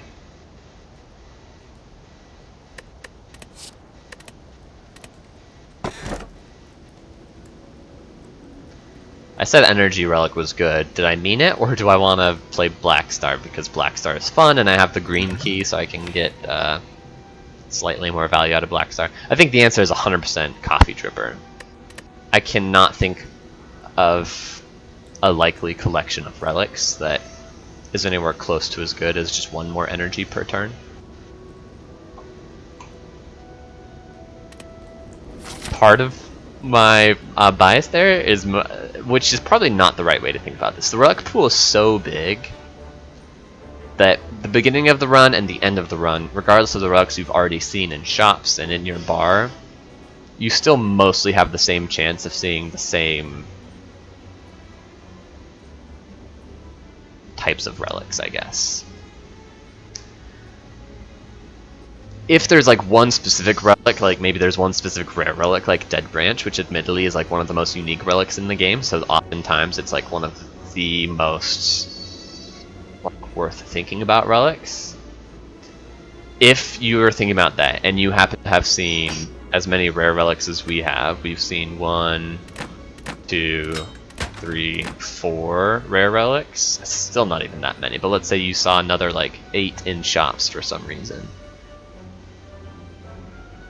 Even then, like, that specific rare relic is still so much marginally more likely to be seen than at the beginning of the run that it doesn't make much of a difference. So the point I'm making here is that with Black Star, I have this temptation to say, it's like, our relic bar is so good right now that random relics are worse than they normally are. Like, if you think about how good a random relic is at the beginning of the run, right now it's a lot worse than that, because we already have some of the best relics in the game. Like, every one of our relics is actually really good. Every single one of them does something useful. In reality, there's so many relics in the game that, like, the marginal improvement on the average relic is actually still pretty low. Relics are still about, a random relic is still about as good as it usually is, just because we can't see one of these really good relics. Anyway, let's get going, let's get going. Time is of the essence, right? Yeah, 172 is enough gold to go to this shop and then do Elite Fire, Elite, Elite Fire, Fire. 6 critical nodes, bunch of question marks. Seems like a no-brainer. Okay, here's Phantasmal Killer, but it's not any good right now because it doesn't hit enough stuff. Yeah, we're just going to be blocking out next turn. So we still want to draw it, help us block out this turn.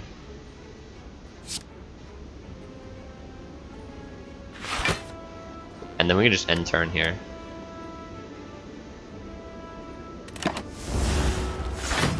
Tungsten Rod saves us the 1 health here, so we take none. And we want to get the footwork before we go crazy on the...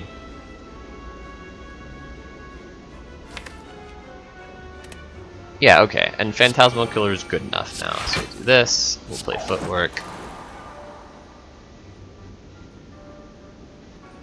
Backflip.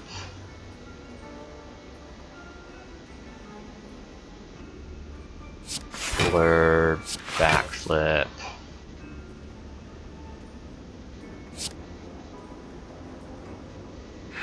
Piercing Whale. Get rid of these guys. Okay. And then next turn, we go crazy with it. Double the damage of all of our AoE cards. They don't have as much,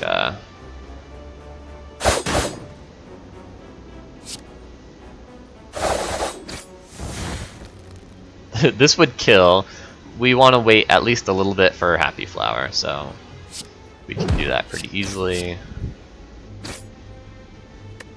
Like this. And then we will just kill next turn because we don't want them to wake up. Happy Flower setup is not that important.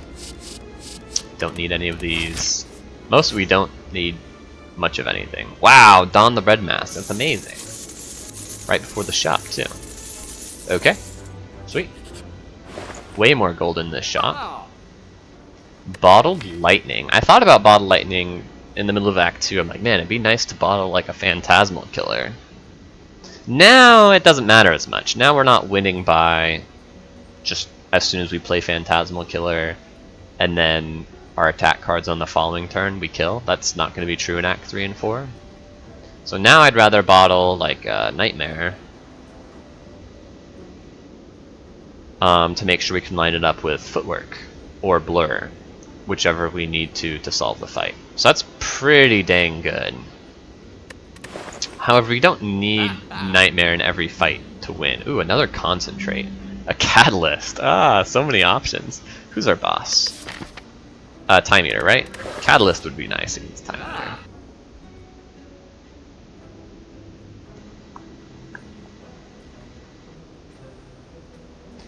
Do we want the second Concentrate? I think so. Yeah, I think so. Removal's pretty good too. Like surprisingly high impact, 125 gold removal. Just because it's like we need to dump cards from our hand to draw enough, but we don't want to play attacks because of Art of War. So every strike we lose is actually like a pretty big deal to like really grease the wheels on that relationship. I think this is just a little bit too much to get Nightmare on average like 2 turns sooner. Maybe that matters though, because I can see it like if Nightmare's in the bottom back of the deck and we draw Footwork on turn 1, it's like we need to be blocking out this fight, so we need to play Footwork like now to start blocking, but now we no longer have the option to Nightmare Footwork. If we bottle the Nightmare, we never run into that situation. We're always able to Nightmare Footwork to make sure we can block out. If Footwork's on the bottom of the deck, we weren't going to be able to block out that fight anyway. But maybe I'd rather come up with a solution for Footwork being on the bottom of the deck than come up with a solution for Nightmare being on the bottom of the deck. Because we saw in the champ fight, it's like we didn't Nightmare Footwork, we just Nightmared Blur, and that was fine. We can do something similar against the boss gauntlet, except for the heart. The heart we don't have the time to blur up. The heart will kill us. Would need to Nightmare Footwork in that fight. So yeah, Bottle Nightmare helps against the heart fight in that sense. This is a really hard decision. And then Catalyst, right? It's like, how much does Catalyst speed up our boss kills? I think it speeds it up a lot. I think I really want the Catalyst. Yeah, this is just too expensive, I think. I think we're gonna do better by just making our deck smaller so we get to draw to stuff more easily. Okay, I don't think I need this Concentrate now that we removed a Strike. You can see that sometimes the Concentrate is a little awkward, where we don't have enough cards to dump in our hand. That's going to be less and less the case as all of these attack cards become less and less relevant, and the defense become less relevant because we have like 3 backflips now. Yeah. But we're a 4 energy deck, so the energy is less relevant as well. So I'm going to save the money. If I see a Concentrate, I might still very well pick it. Okay, absolutely, I want to add the colorless cards to my deck. A lot of these are very useful. Finesse, for example. Pretty good. Panic Button's also pretty good, but I think I like the double Finesse a little bit better. Not great against Time Eater, but I feel like we're sufficiently strong against Time Eater. Don't need Secret Weapon.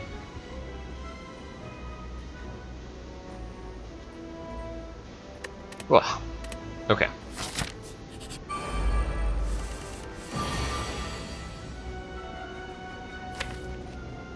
Footwork is right here, Nightware's close behind. Is that how we want to play this though? Should we just acrobatics? Just footwork right away. Backflip, deflect, finesse, blur. Where's Phantasmal Killer? It's next turn. Do we have lethal this turn? It doesn't matter. We just Phantasmal Killer, backflip. Sure, Bouncing Flask. And we'll just lethal him next turn. Probably should not have played that extra card. Yeah, we can't... Oh, we can block out, right? So we should set Happy Flower up since it's convenient to do so.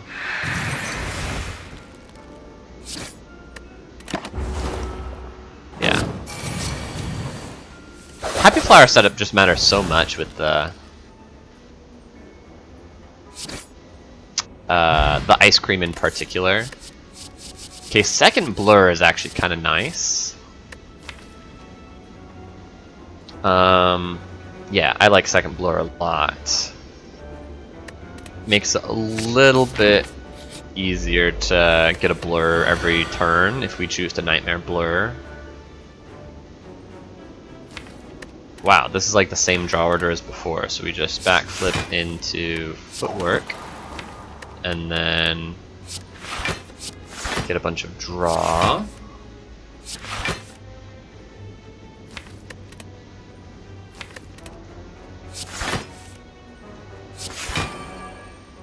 Okay.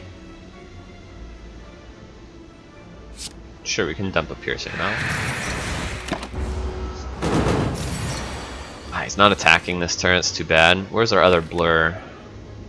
It's all the way at the bottom, so that's unfortunate.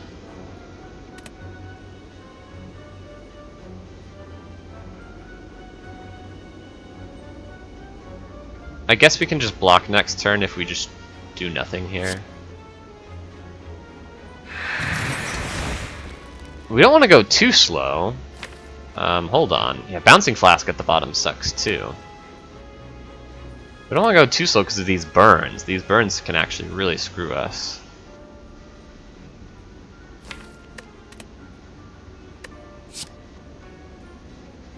Let's backflip into Concentrate because these cards suck. Something like that.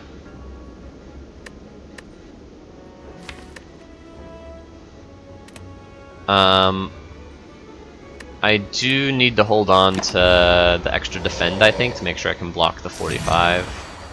It's not doing 45, okay. Bouncing Flask. We don't even get the Bouncing Flask next turn. It'll be the following turn. Yikes. Should be fine though. The energy doesn't matter as much, so we can freely dump these. I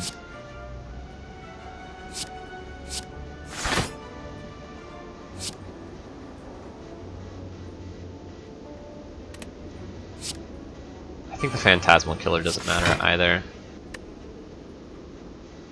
We're gonna Nightmare Catalyst, but we don't need to do it right now. Should we do it right now? I think we shouldn't. Okay, this guy's making it easy on us. We don't quite get to Bouncing Flask, but that's okay. Play another Defend, Acrobatics, get rid of the odd attack, I guess. One more Defend will block out. Okay, and then are we good to block next turn? I think we are. But I do want to make hand space.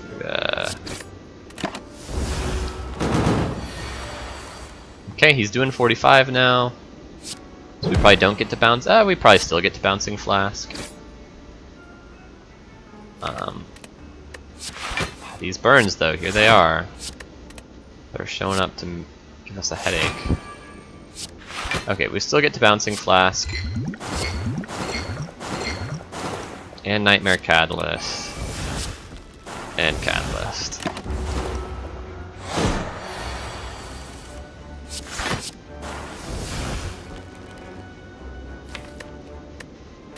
Escape Plan into Escape Plan, Finesse into the Burn, Escape Plan into the Phantasmal Killer. I guess we can play Phantasmal Killer, we're already blocked out. Let's get these other Catalysts out. And he's dead next turn. Okay. Cool, cool. No Happy Flower setup. Oh well. I don't know if I fully articulated this. Another backflip? I'm down. I don't know if I fully articulated this, but I was saying something about how Happy Flower setup is more important because of Ice Cream. Sometimes Happy Flower is like surprisingly better to get the extra energy on turn 2. Like in Spear and Shield, where turn 2 is like an especially important turn, maybe you want the extra energy on that. Or maybe you have a Lantern, so you have the extra energy on turn 1 or whatever. But now with Ice Cream, we have the extra energy whenever we want, so we just want it as soon as possible with the Happy Flower. Okay, probably the easiest way to win this is... It would be Nightmare Catalyst, but Bouncing Flask is close to the bottom again. So is it Nightmare Blur? Could be Nightmare Blur. This guy attacks for like 70 a turn though, if we go too long. So without extra footwork, that might be hard. So Nightmare Footwork probably is a little bit more reliable. Okay, the other option would be like Nightmare Finisher, ooh, which is an option. Where's the Blade Dance? Oh, it's at the bottom though. I think we're gonna go with the Nightmare Footwork plan.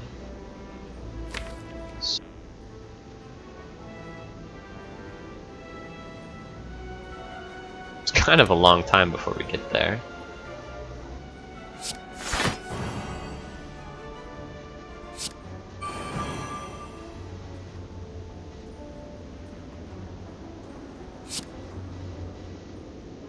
Okay, we'll do this to make sure we're like more or less blocked out for next turn. Oh, we can't become weak either, that's pretty nice. Escape Plan doesn't actually draw a block this turn, but we don't need to block this turn. We also have Phantasmal Killer up, so we absolutely should just play our attack cards.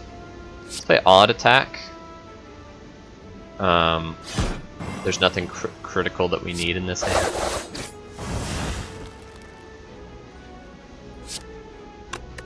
I guess we'll Escape Plan, even though it doesn't block. Because that's a lot of damage. Okay, and then next turn we Nightmare Footwork, and we should be fine. Nightmare Footwork. Footwork. Finesse.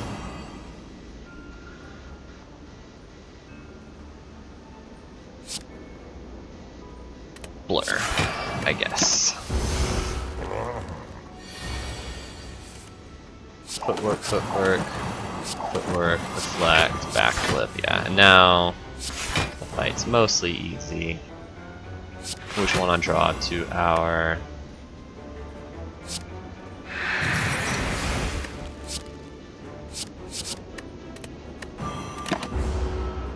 poison card. There it is. Escape plan blocks for 15.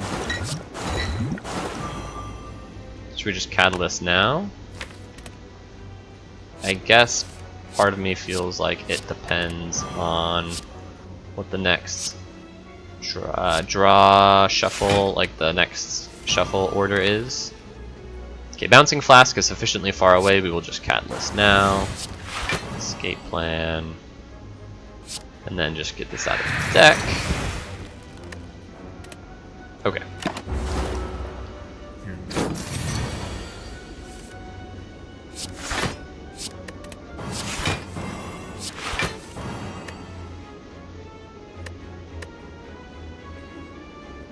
We're blocked out, but I do want to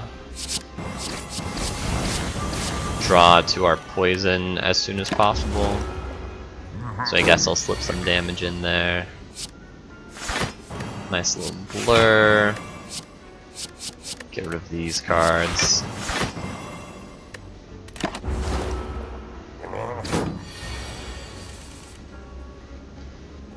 Blur, backflip, backflip. All the way at the bottom is my poison card, but that's okay.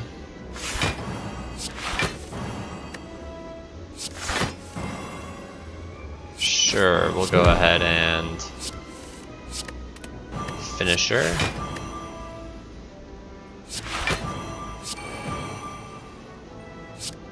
Blur also.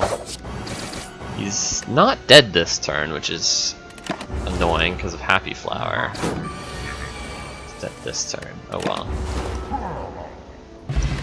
Strawberry. How mostly useless. Leg sweep. Kind of not necessary, right? It doesn't pay off. It's a leg sweep plus though. Yeah, we don't have enough source of weak. We've got the one neutralize. I will take a leg sweep. The weak might really matter. We have to take the Sapphire key. That's mostly fine. Bag of Prep would have been decent, but not a huge deal either. Okay, how do we win this fight? Bouncing Flask and Catalyst are kind of far down. Footwork's also kind of far down. Seeing lots of starter cards in my first half of the deck. 1, 2, 3, 4, 5. I guess just those 5. We can get to die this turn, which allows us to kill everything. So let's acrobatics, get rid of the defend, I guess. Into backflip. Die. I guess we do need to. Oh, we don't have enough energy. Gosh, dang it. Yeah, we drew too many. We drew too aggressively. So we have to do it this way. Oh, we could just Dagger Spray and save the all attack. That's better. Okay.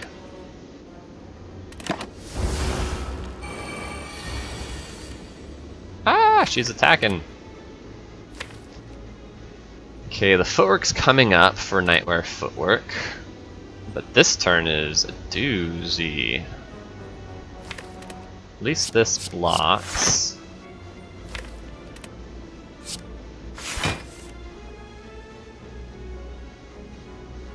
Yeah, we're gonna need to use the Piercing Wail, huh?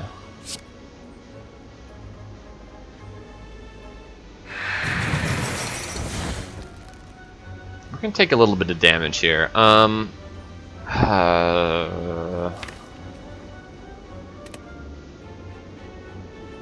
Not really able to...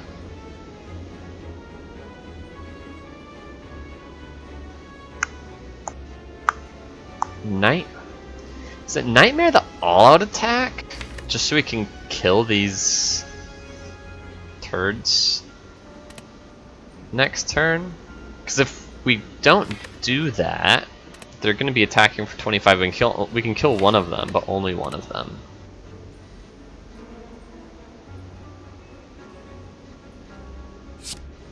I don't like this, but...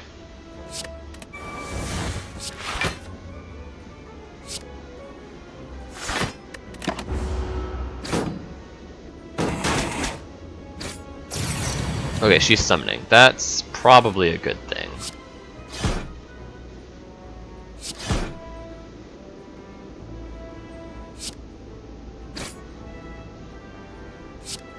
Footwork, and then probably we don't need the Bouncing Flask right now, even though we get to land the poison on her. Okay, we gotta clear out these daggers, so next turn with the Phantasmal Killer, they'll be dead. Okay, so we get Backflip,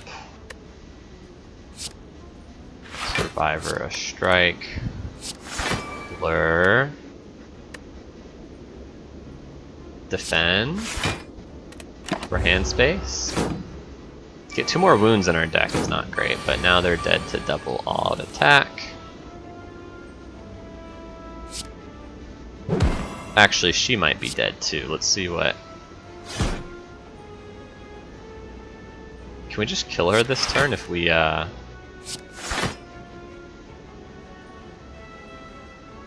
just go for the throat? Let's... Oh, this is... We can Blade Dance and then all-out attack, maybe discard a Shiv. Okay, she's dead. It's a very difficult fight, but we did okay.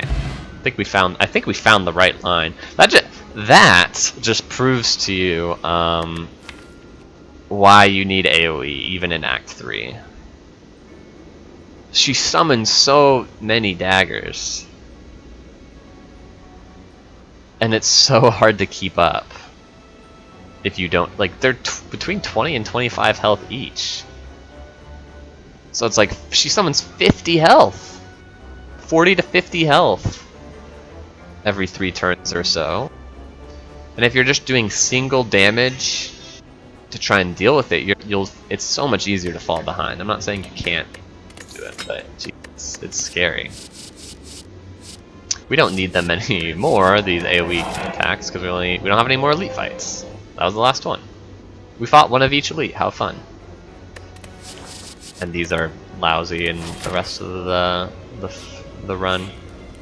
Okay, get some upgrades in here. We can finally... Oh, we should upgrade the Catalyst.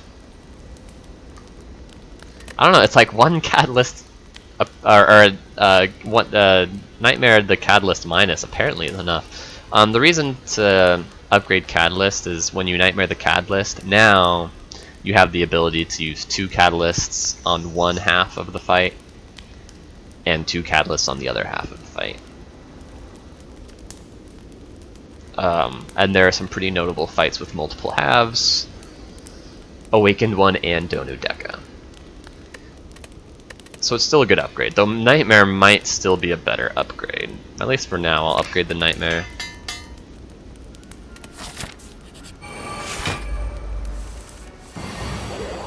Alright, what do we got here?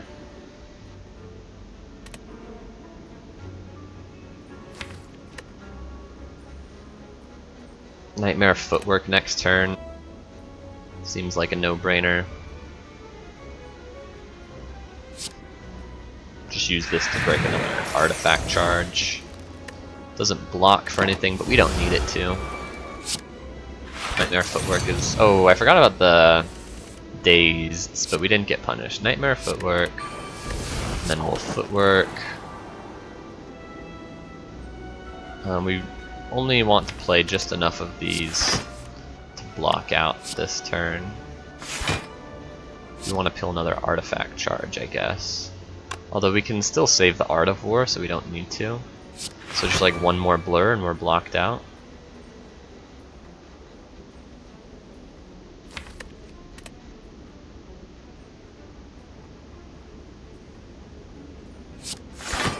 play the other blur as well, just for hand size deals. So now we got lots of block. Okay, we're already blocked out.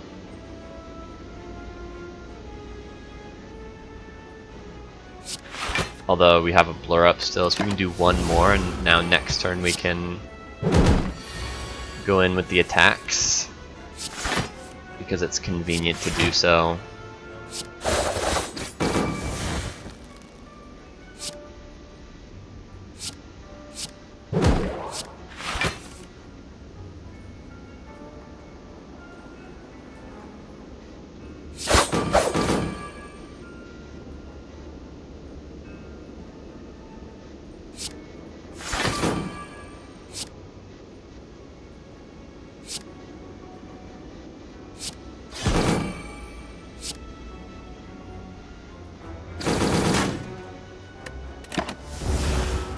Okay. They're almost dead. Nice, that's a kill. Exact lethal. Oh no, Happy Flower's not set up. Whatever.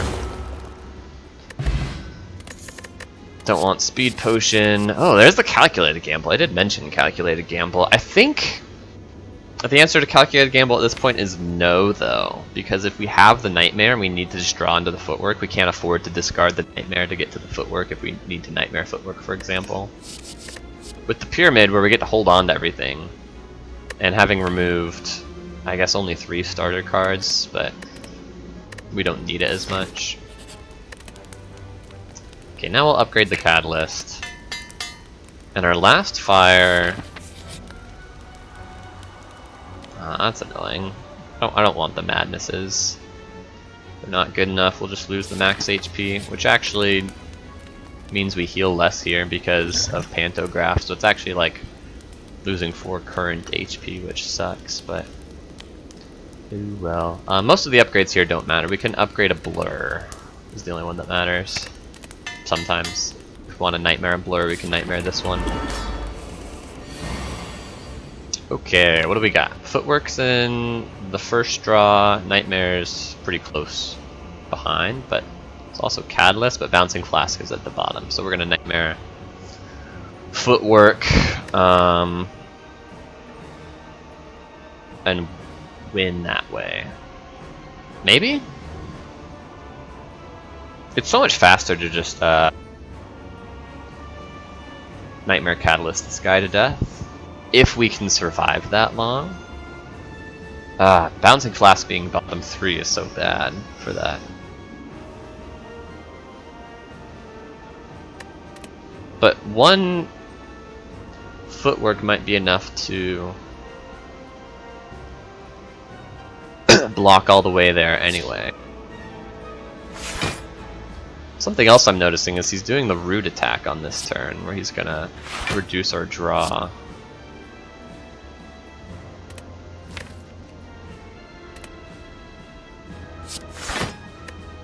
Take 1.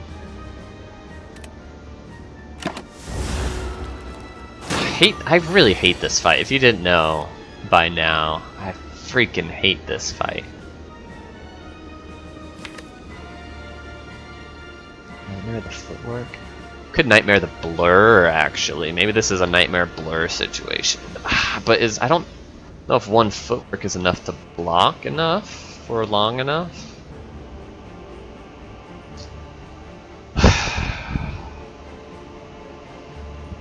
I hate this fight so much.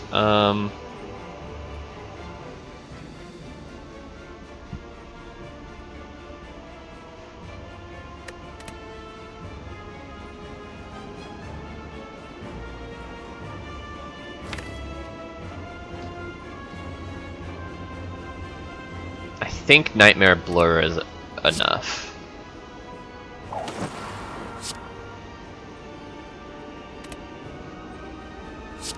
Should I use Piercing Wail? Probably. Saves me life right now. So I probably should have defended there instead of footwork, or instead of survivor.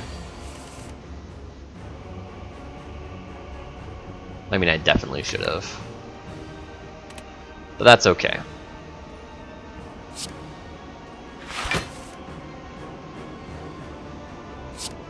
Concentrate is good. These cards suck.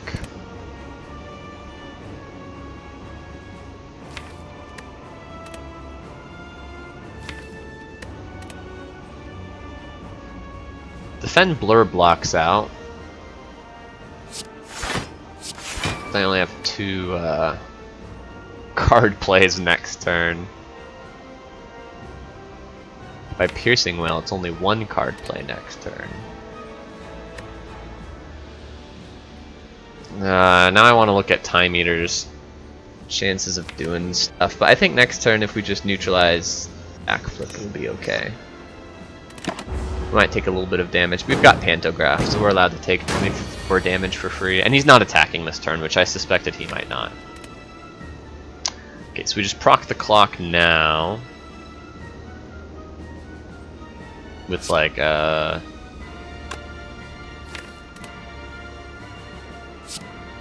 neutralize finesse.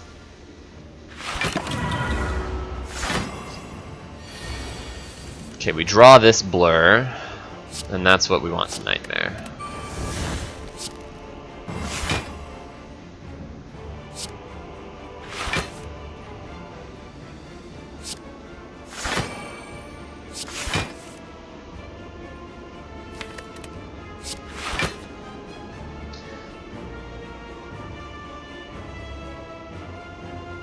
The tricky thing now is dumping cards. We want space for the 3 blurs. Dumping cards with the clock is like an issue.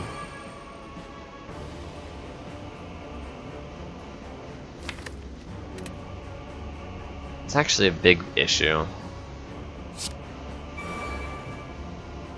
Let's do a finisher turn next turn.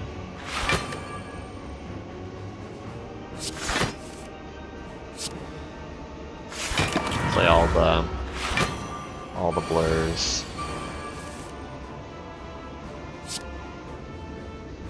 Okay, here's the bouncing flask. Let us see what this shuffle looks like before we choose to catalyst. We got the bouncing flask right away, so that's good. We can do this and then catalyst.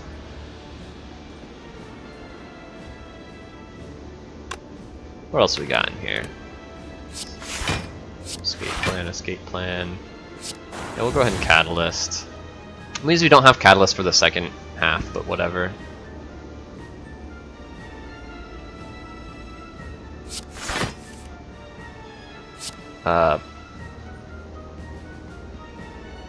Blur finisher.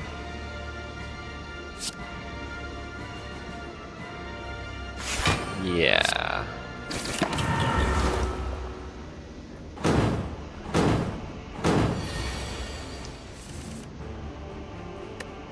There's another blur. Slimes are actually pretty good because they're not attacks, and we can get them out of the deck forever. Okay, he's going down to 240, so he's gonna split next turn already.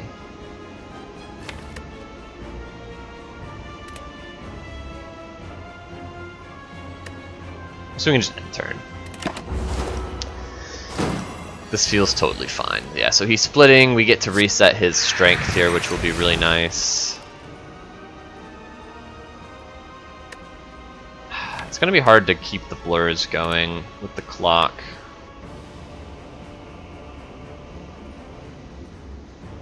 This fight's so annoying. I really hate this fight.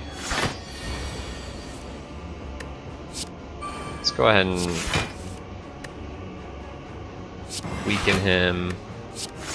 Get another blur up. We got Phantasmal Killer next turn, so we'll play all our attacks next turn. Should be fine. Slice, strike, get the die out of the deck finally. Play the blur. Dump the slimes, play an all-out attack. Okay, we got 3 cards next turn, but the block holds over, so it doesn't matter.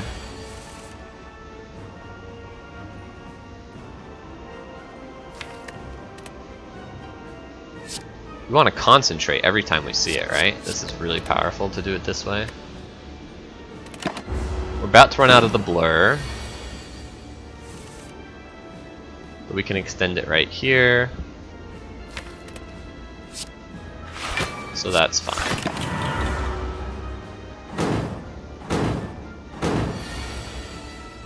We're perfectly blocked out right now. Let's backflip, see what we draw. I mean, we already get to see what we draw, so we don't need to see what we draw, but...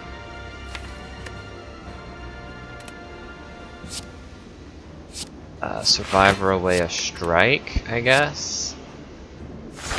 Blur and neutralize. And dash.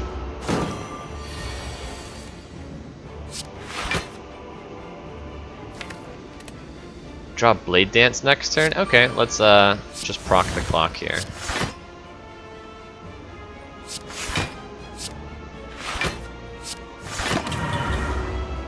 We don't have blur up, so that's all wasted block, but we have enough energy. Doesn't matter, and we might be able to kill here. I should have done the math, because it looks like we don't get to kill here. So now we're gonna take damage. This always happens, where like the fight's going so well, but then I screw it up.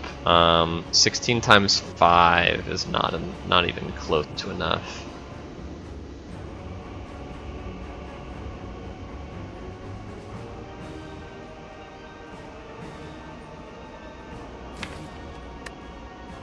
Can we kill next turn?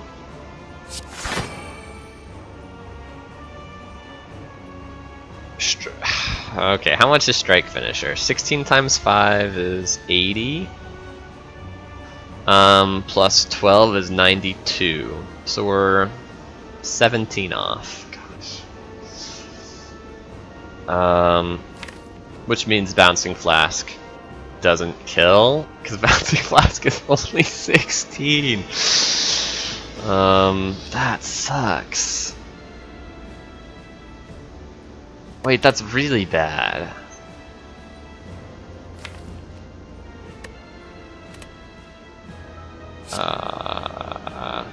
We might have to Ghost in a Jar next turn. But good news is there's no reason to proc the clock, because we if he's attacking, we can only play 1 block card next turn anyway. He's attacking. This is 1 damage off of lethal. Oh my gosh. Screw you, Time Eater. I really hate this fight.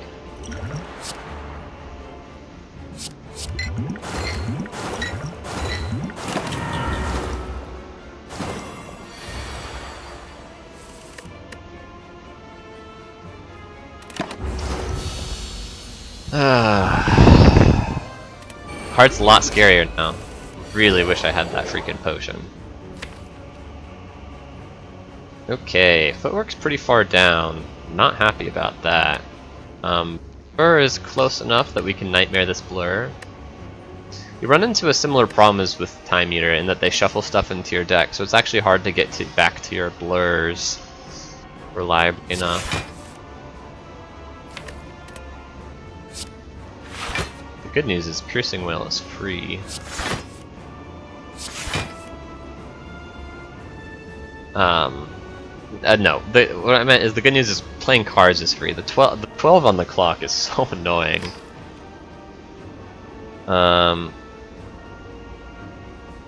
Bouncing Flask is pretty far down. Do we Nightmare the Footwork? I think we can hold on until we get the footwork. Yeah, and I think we should.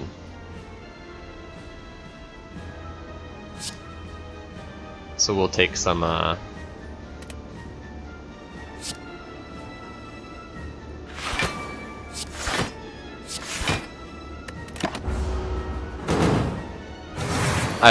we shouldn't take any damage on these first couple turns.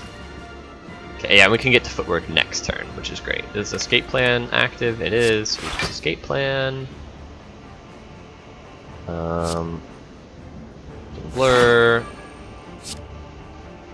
Defend. Piercing wail. Leg sweep. Totally fine. We have 5 block left over for next turn. Footwork is in 2 cards, so we have to defend first, though. Okay, Nightmare the footwork, then footwork, backflip, survivor. These cards that sucks, and we're blocked out. Make hand space for the footworks, and now we're good.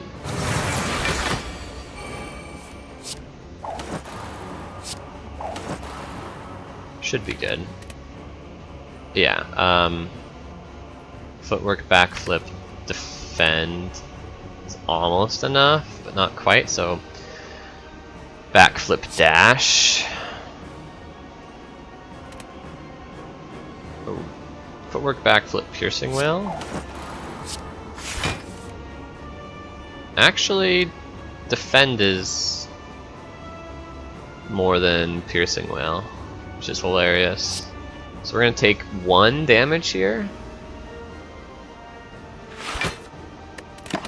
and that's fine. 1 is none.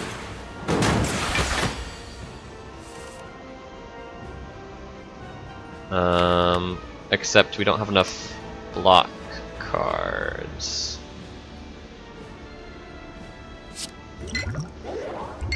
Okay, we do this to peel the artifact so we can at least piercing wail.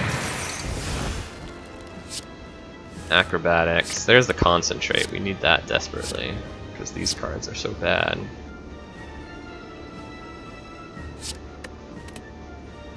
And now we have the energy to do both of these. That's good. Okay.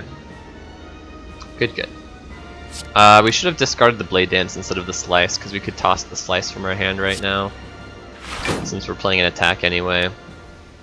But that's okay.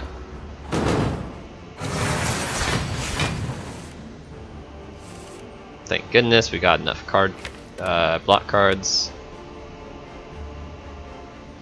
Okay, we should do some attacks. We need to start trying to kill this scumbag.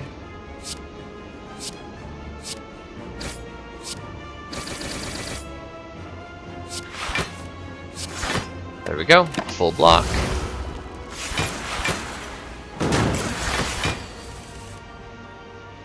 Both the escape plans are active, which is nice. Want to draw as often as we can. Leg sweep blur is fine. We're blocked out for the next couple of turns.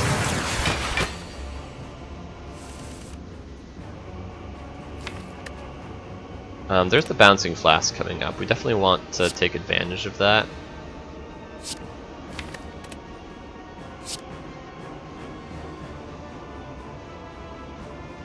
But we can probably just take this turn easy, like this.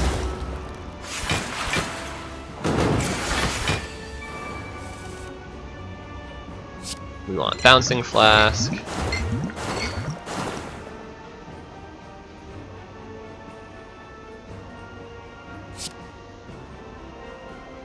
I guess we just catalyst you. Backflip, there's a blur. Our damage is doubled this turn. It's just not that good because they have all this block. Okay. We're changing targets. We're gonna kill Deca first. The poison dictated that. I mean, Deca's already dead in 2 turns, so we don't need to blur right now. We don't need to do anything. I guess we're getting hit for 50 something, so we do need to do a little bit.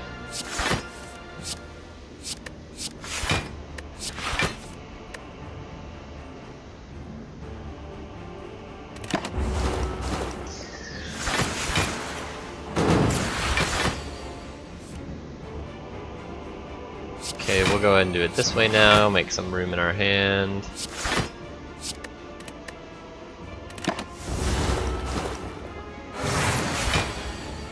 Okay, we're already blocked out.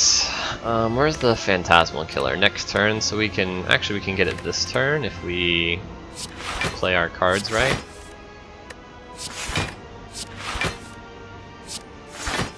So let's get it this turn. And then next turn try and kill. Get rid of a strike, I guess.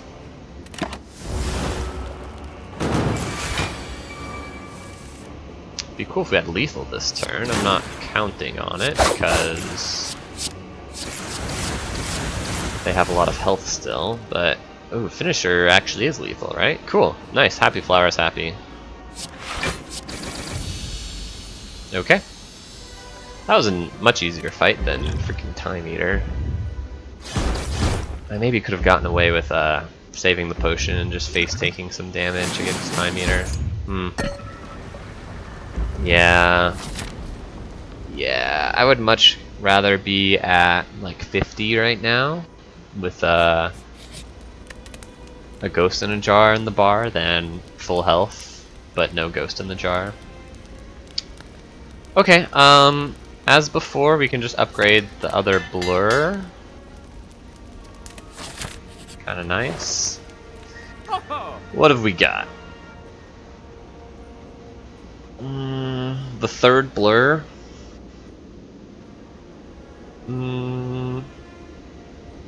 Probably card removal is what we want. We can do card removal and still get the third blur. Do I want 3 blurs? Probably not, right? I think 2 is enough. What time is it? Oh, I gotta leave soon. Shoot.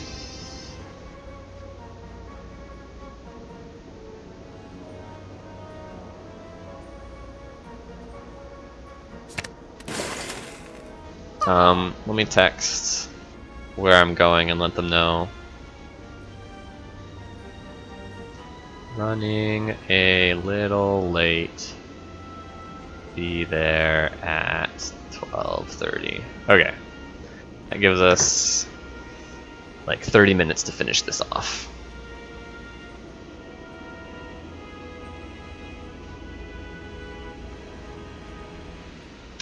Okay, my instinct is no on the blur, so we can buy a potion here that we think might matter. This might help me assassinate Shield or Spear. With a Phantasmal Killer pop-off turn. Okay. Footwork's at the bottom, but Bouncing Flask Catalyst is right here, but they have Artifact. And the Piercing Whale's Leg Sweep are too far to peel enough Artifact.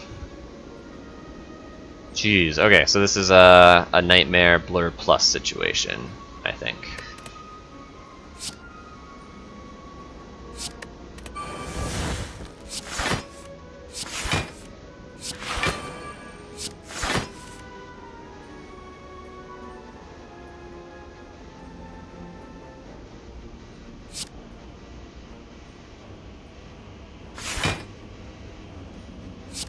Even still take a little bit of damage? You gotta be kidding me.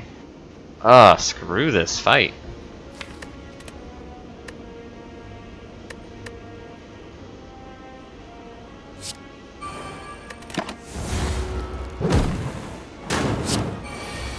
We've got Pantograph, so we're allowed to take quite a bit of damage for free, quote unquote.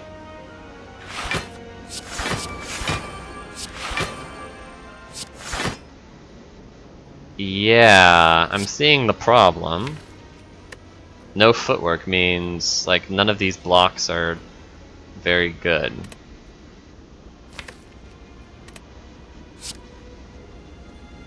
Should be okay. Take another 5 damage here. We're getting attacked for a lot here, but we can weaken them with, assuming... Well, let's see how we want to do this. Backflip. Escape plan. Okay, yeah, as long as Bouncing Flask hits this artifact, we can, which is going to be better than anything else we can do. Or we could just use the Fear Potion. Ooh, I'm seeing a line here. It's like acrobatics. Toss you for now. Concentrate. Toss you. Draw this way. Okay, we still have to...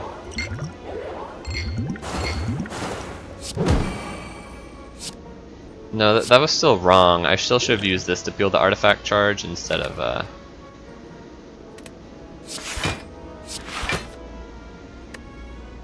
Okay, take a bit more.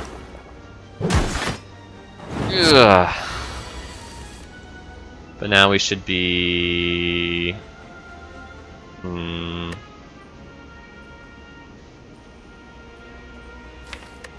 safe? Question mark.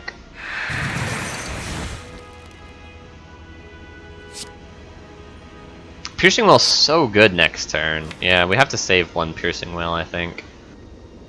And just take, it's only a little bit, actually. It's very little we take here because of the, That's 4, okay. Pantograph doesn't even heal us to full, though. Now we've got footwork down. Piercing Whale. Backflip. Okay, escape plan. What do you got? No, escape plan. You betrayed me. Phantasmal Killer's next turn. Ugh.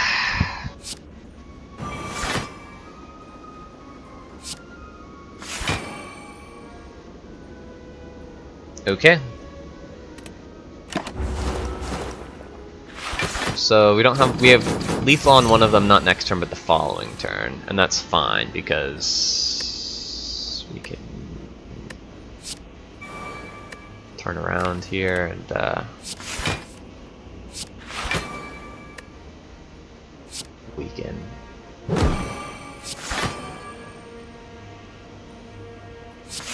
Okay, we got lethal next turn.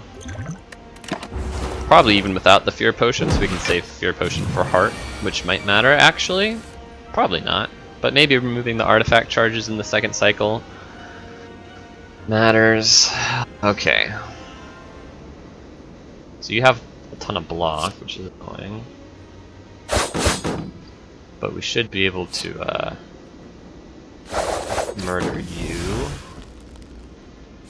3, 6, 7. We need to dump one more card.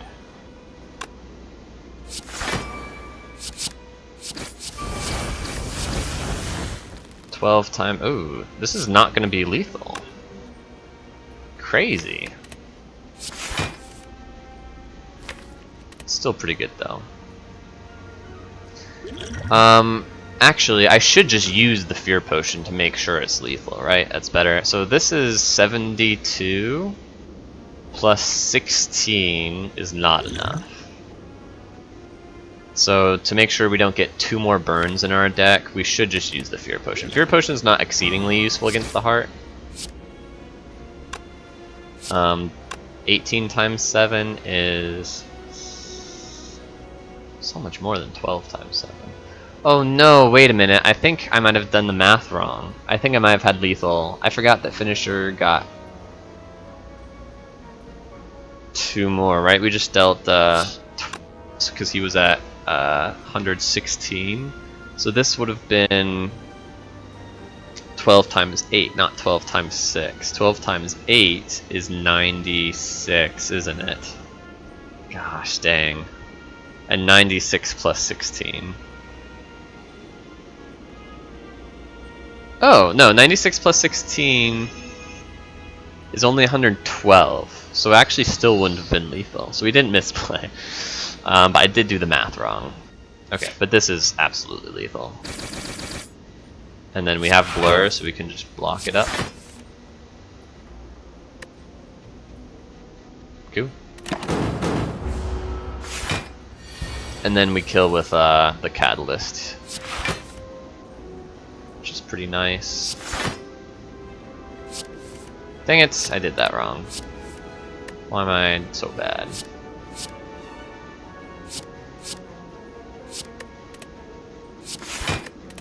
Actually leave the burn here because it discards itself.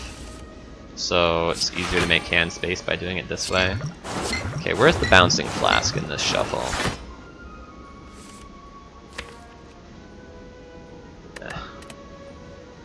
Just catalyst now then. Actually, do we ever have lethal this turn? No, we have -3 strength, so these only deal 1 damage. Okay, so that means we're going for lethal in 3 turns if we can. Which we can't. Dang it. Ah! I hope that doesn't matter. Happy Flower on 1 instead of on 2. Lizard Tail helps a lot. After Image helps a lot. Okay.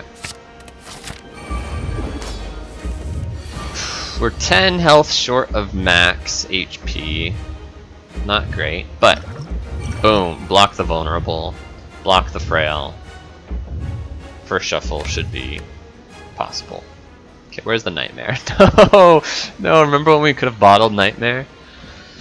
Now here we are, cursing ourselves for not doing so. Yikes, what does that mean the play is? At least footwork is... no, footwork's pretty too. I'm nervous. Very nervous.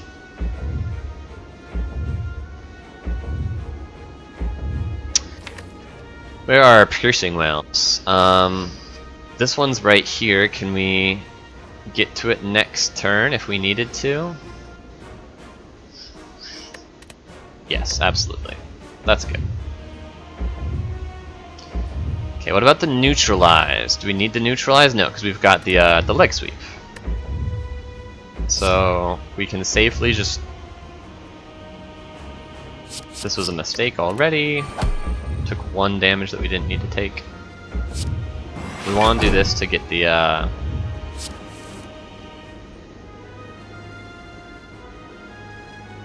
don't need die.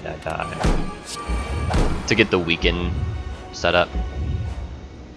Do we want to blur? Yeah, I want to blur. Save that 8 block I had there until this turn. Okay. Not that scary. We're gonna Nightmare Catalyst, and it means we're only gonna have to survive 2 shuffles, which should be free.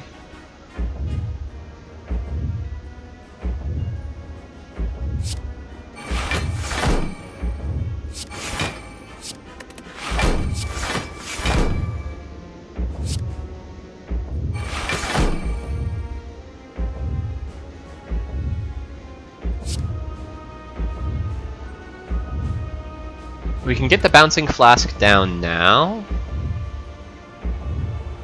which we shouldn't, because with the multiplication on Catalyst, missing out on 16 damage this turn is not as much as missing out on the extra poison multiplicity from this guy. But yeah, something like that. So we can just end turn here. Cool. Next turn, Piercing Wail blocks out. All we have to do is Piercing Wail if we really want to, but might as well play some card draw cards. We want to get to Nightmare, so we can Nightmare the Catalyst and win. Oh, since we're not vulnerable and it's weak, we can actually save the Piercing Wail. Not sure if we're supposed to, but it's something we can do.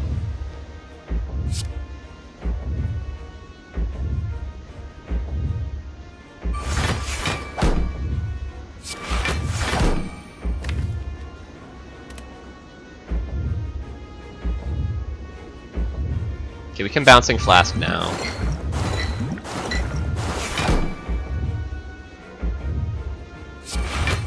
Backflip. Dang it. Nightmares. Okay, the finesse helps a lot here. As long as we draw maximum cards every turn, so we want to make sure that we do that, whatever it takes. So right now we're not drawing maximum cards, not really even close. So we should dump some cards from our hand. We don't have Blur up though. Okay, so we need to... Oh, this is so difficult. 1, 2, 3, 4, 5, 6, 7, 8. So we need to play 3 cards. And then next turn, we would need to play... Since Ascender's Bane exhausts itself, we would only need to play 4 cards, which we can do. Okay. This actually worked out really nicely. The math here on the hand sides with the Runic Pyramid and being able to get to the Nightmare as soon as physically possible.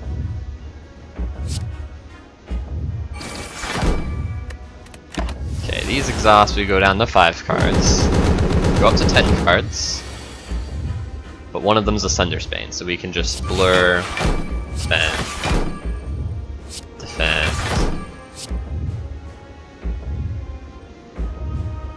defend, and now we get to draw Nightmare next turn.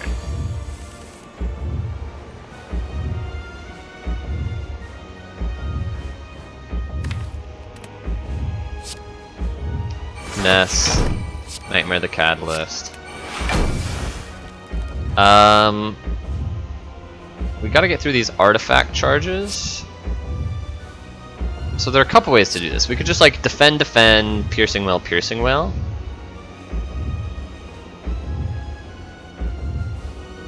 I think I would rather take a little bit of damage here to get the first catalyst going. No, that doesn't make any sense because we're going to damage cap every turn starting next turn anyway. So unless we could deal 135 damage, it won't matter.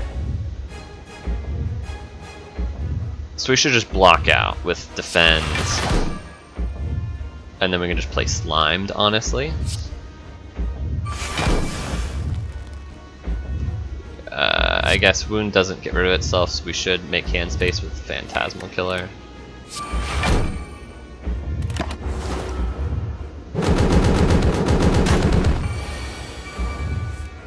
Oh, that was...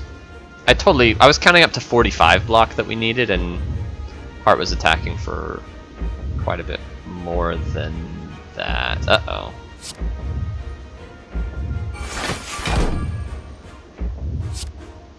Yikes. I was attacking for 60 instead, which means we took like an extra 20 damage.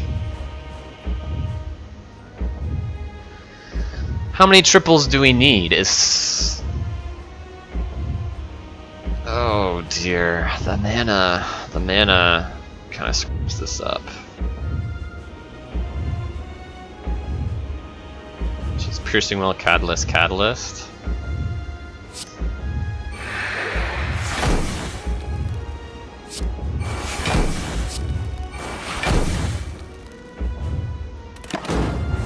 Not dead.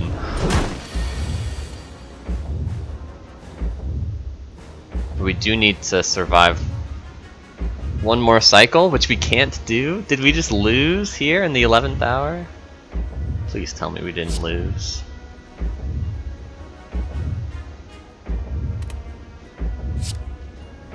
What have we got? We got lots of block. I think we're okay. So it takes 200. Oh, crazy. Crazy thing is if we could deal 74 damage, right? No, because it's at 574, not 474. So it dies, not next turn, but the following turn, it dies at the beginning of that turn. So we just need to survive the next hit. Should be possible. Right? That's all we need to do to survive the next hit. It takes 200, then buffs, then it takes 200, then attacks, then it takes 200. Okay. So this is enough weaken for next turn. Oh, but it costs us an energy.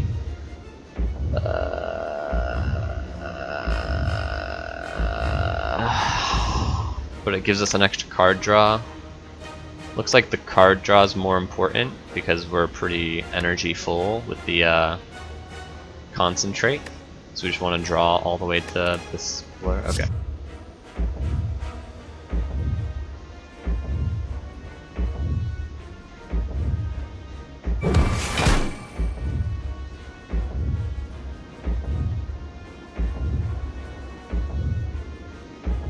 Do I want to cost myself another energy though?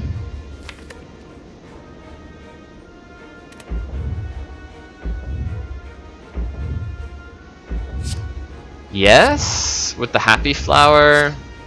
So right now we've got 3, 6, 7. So we're only going to draw these 3. Then backflip escape plan draws to here. I'd rather get to here. So one more hand size seems to matter. The tungsten rod plus the after image lets us do the what's it called there? Not that it matters. Okay, he's doing the smaller attack. Okay, we're good. Oof. If this was the big attack, I'd be a little bit more worried, but it's not, so I'm not. Escape plan. Concentrate for more mana to play more blocks.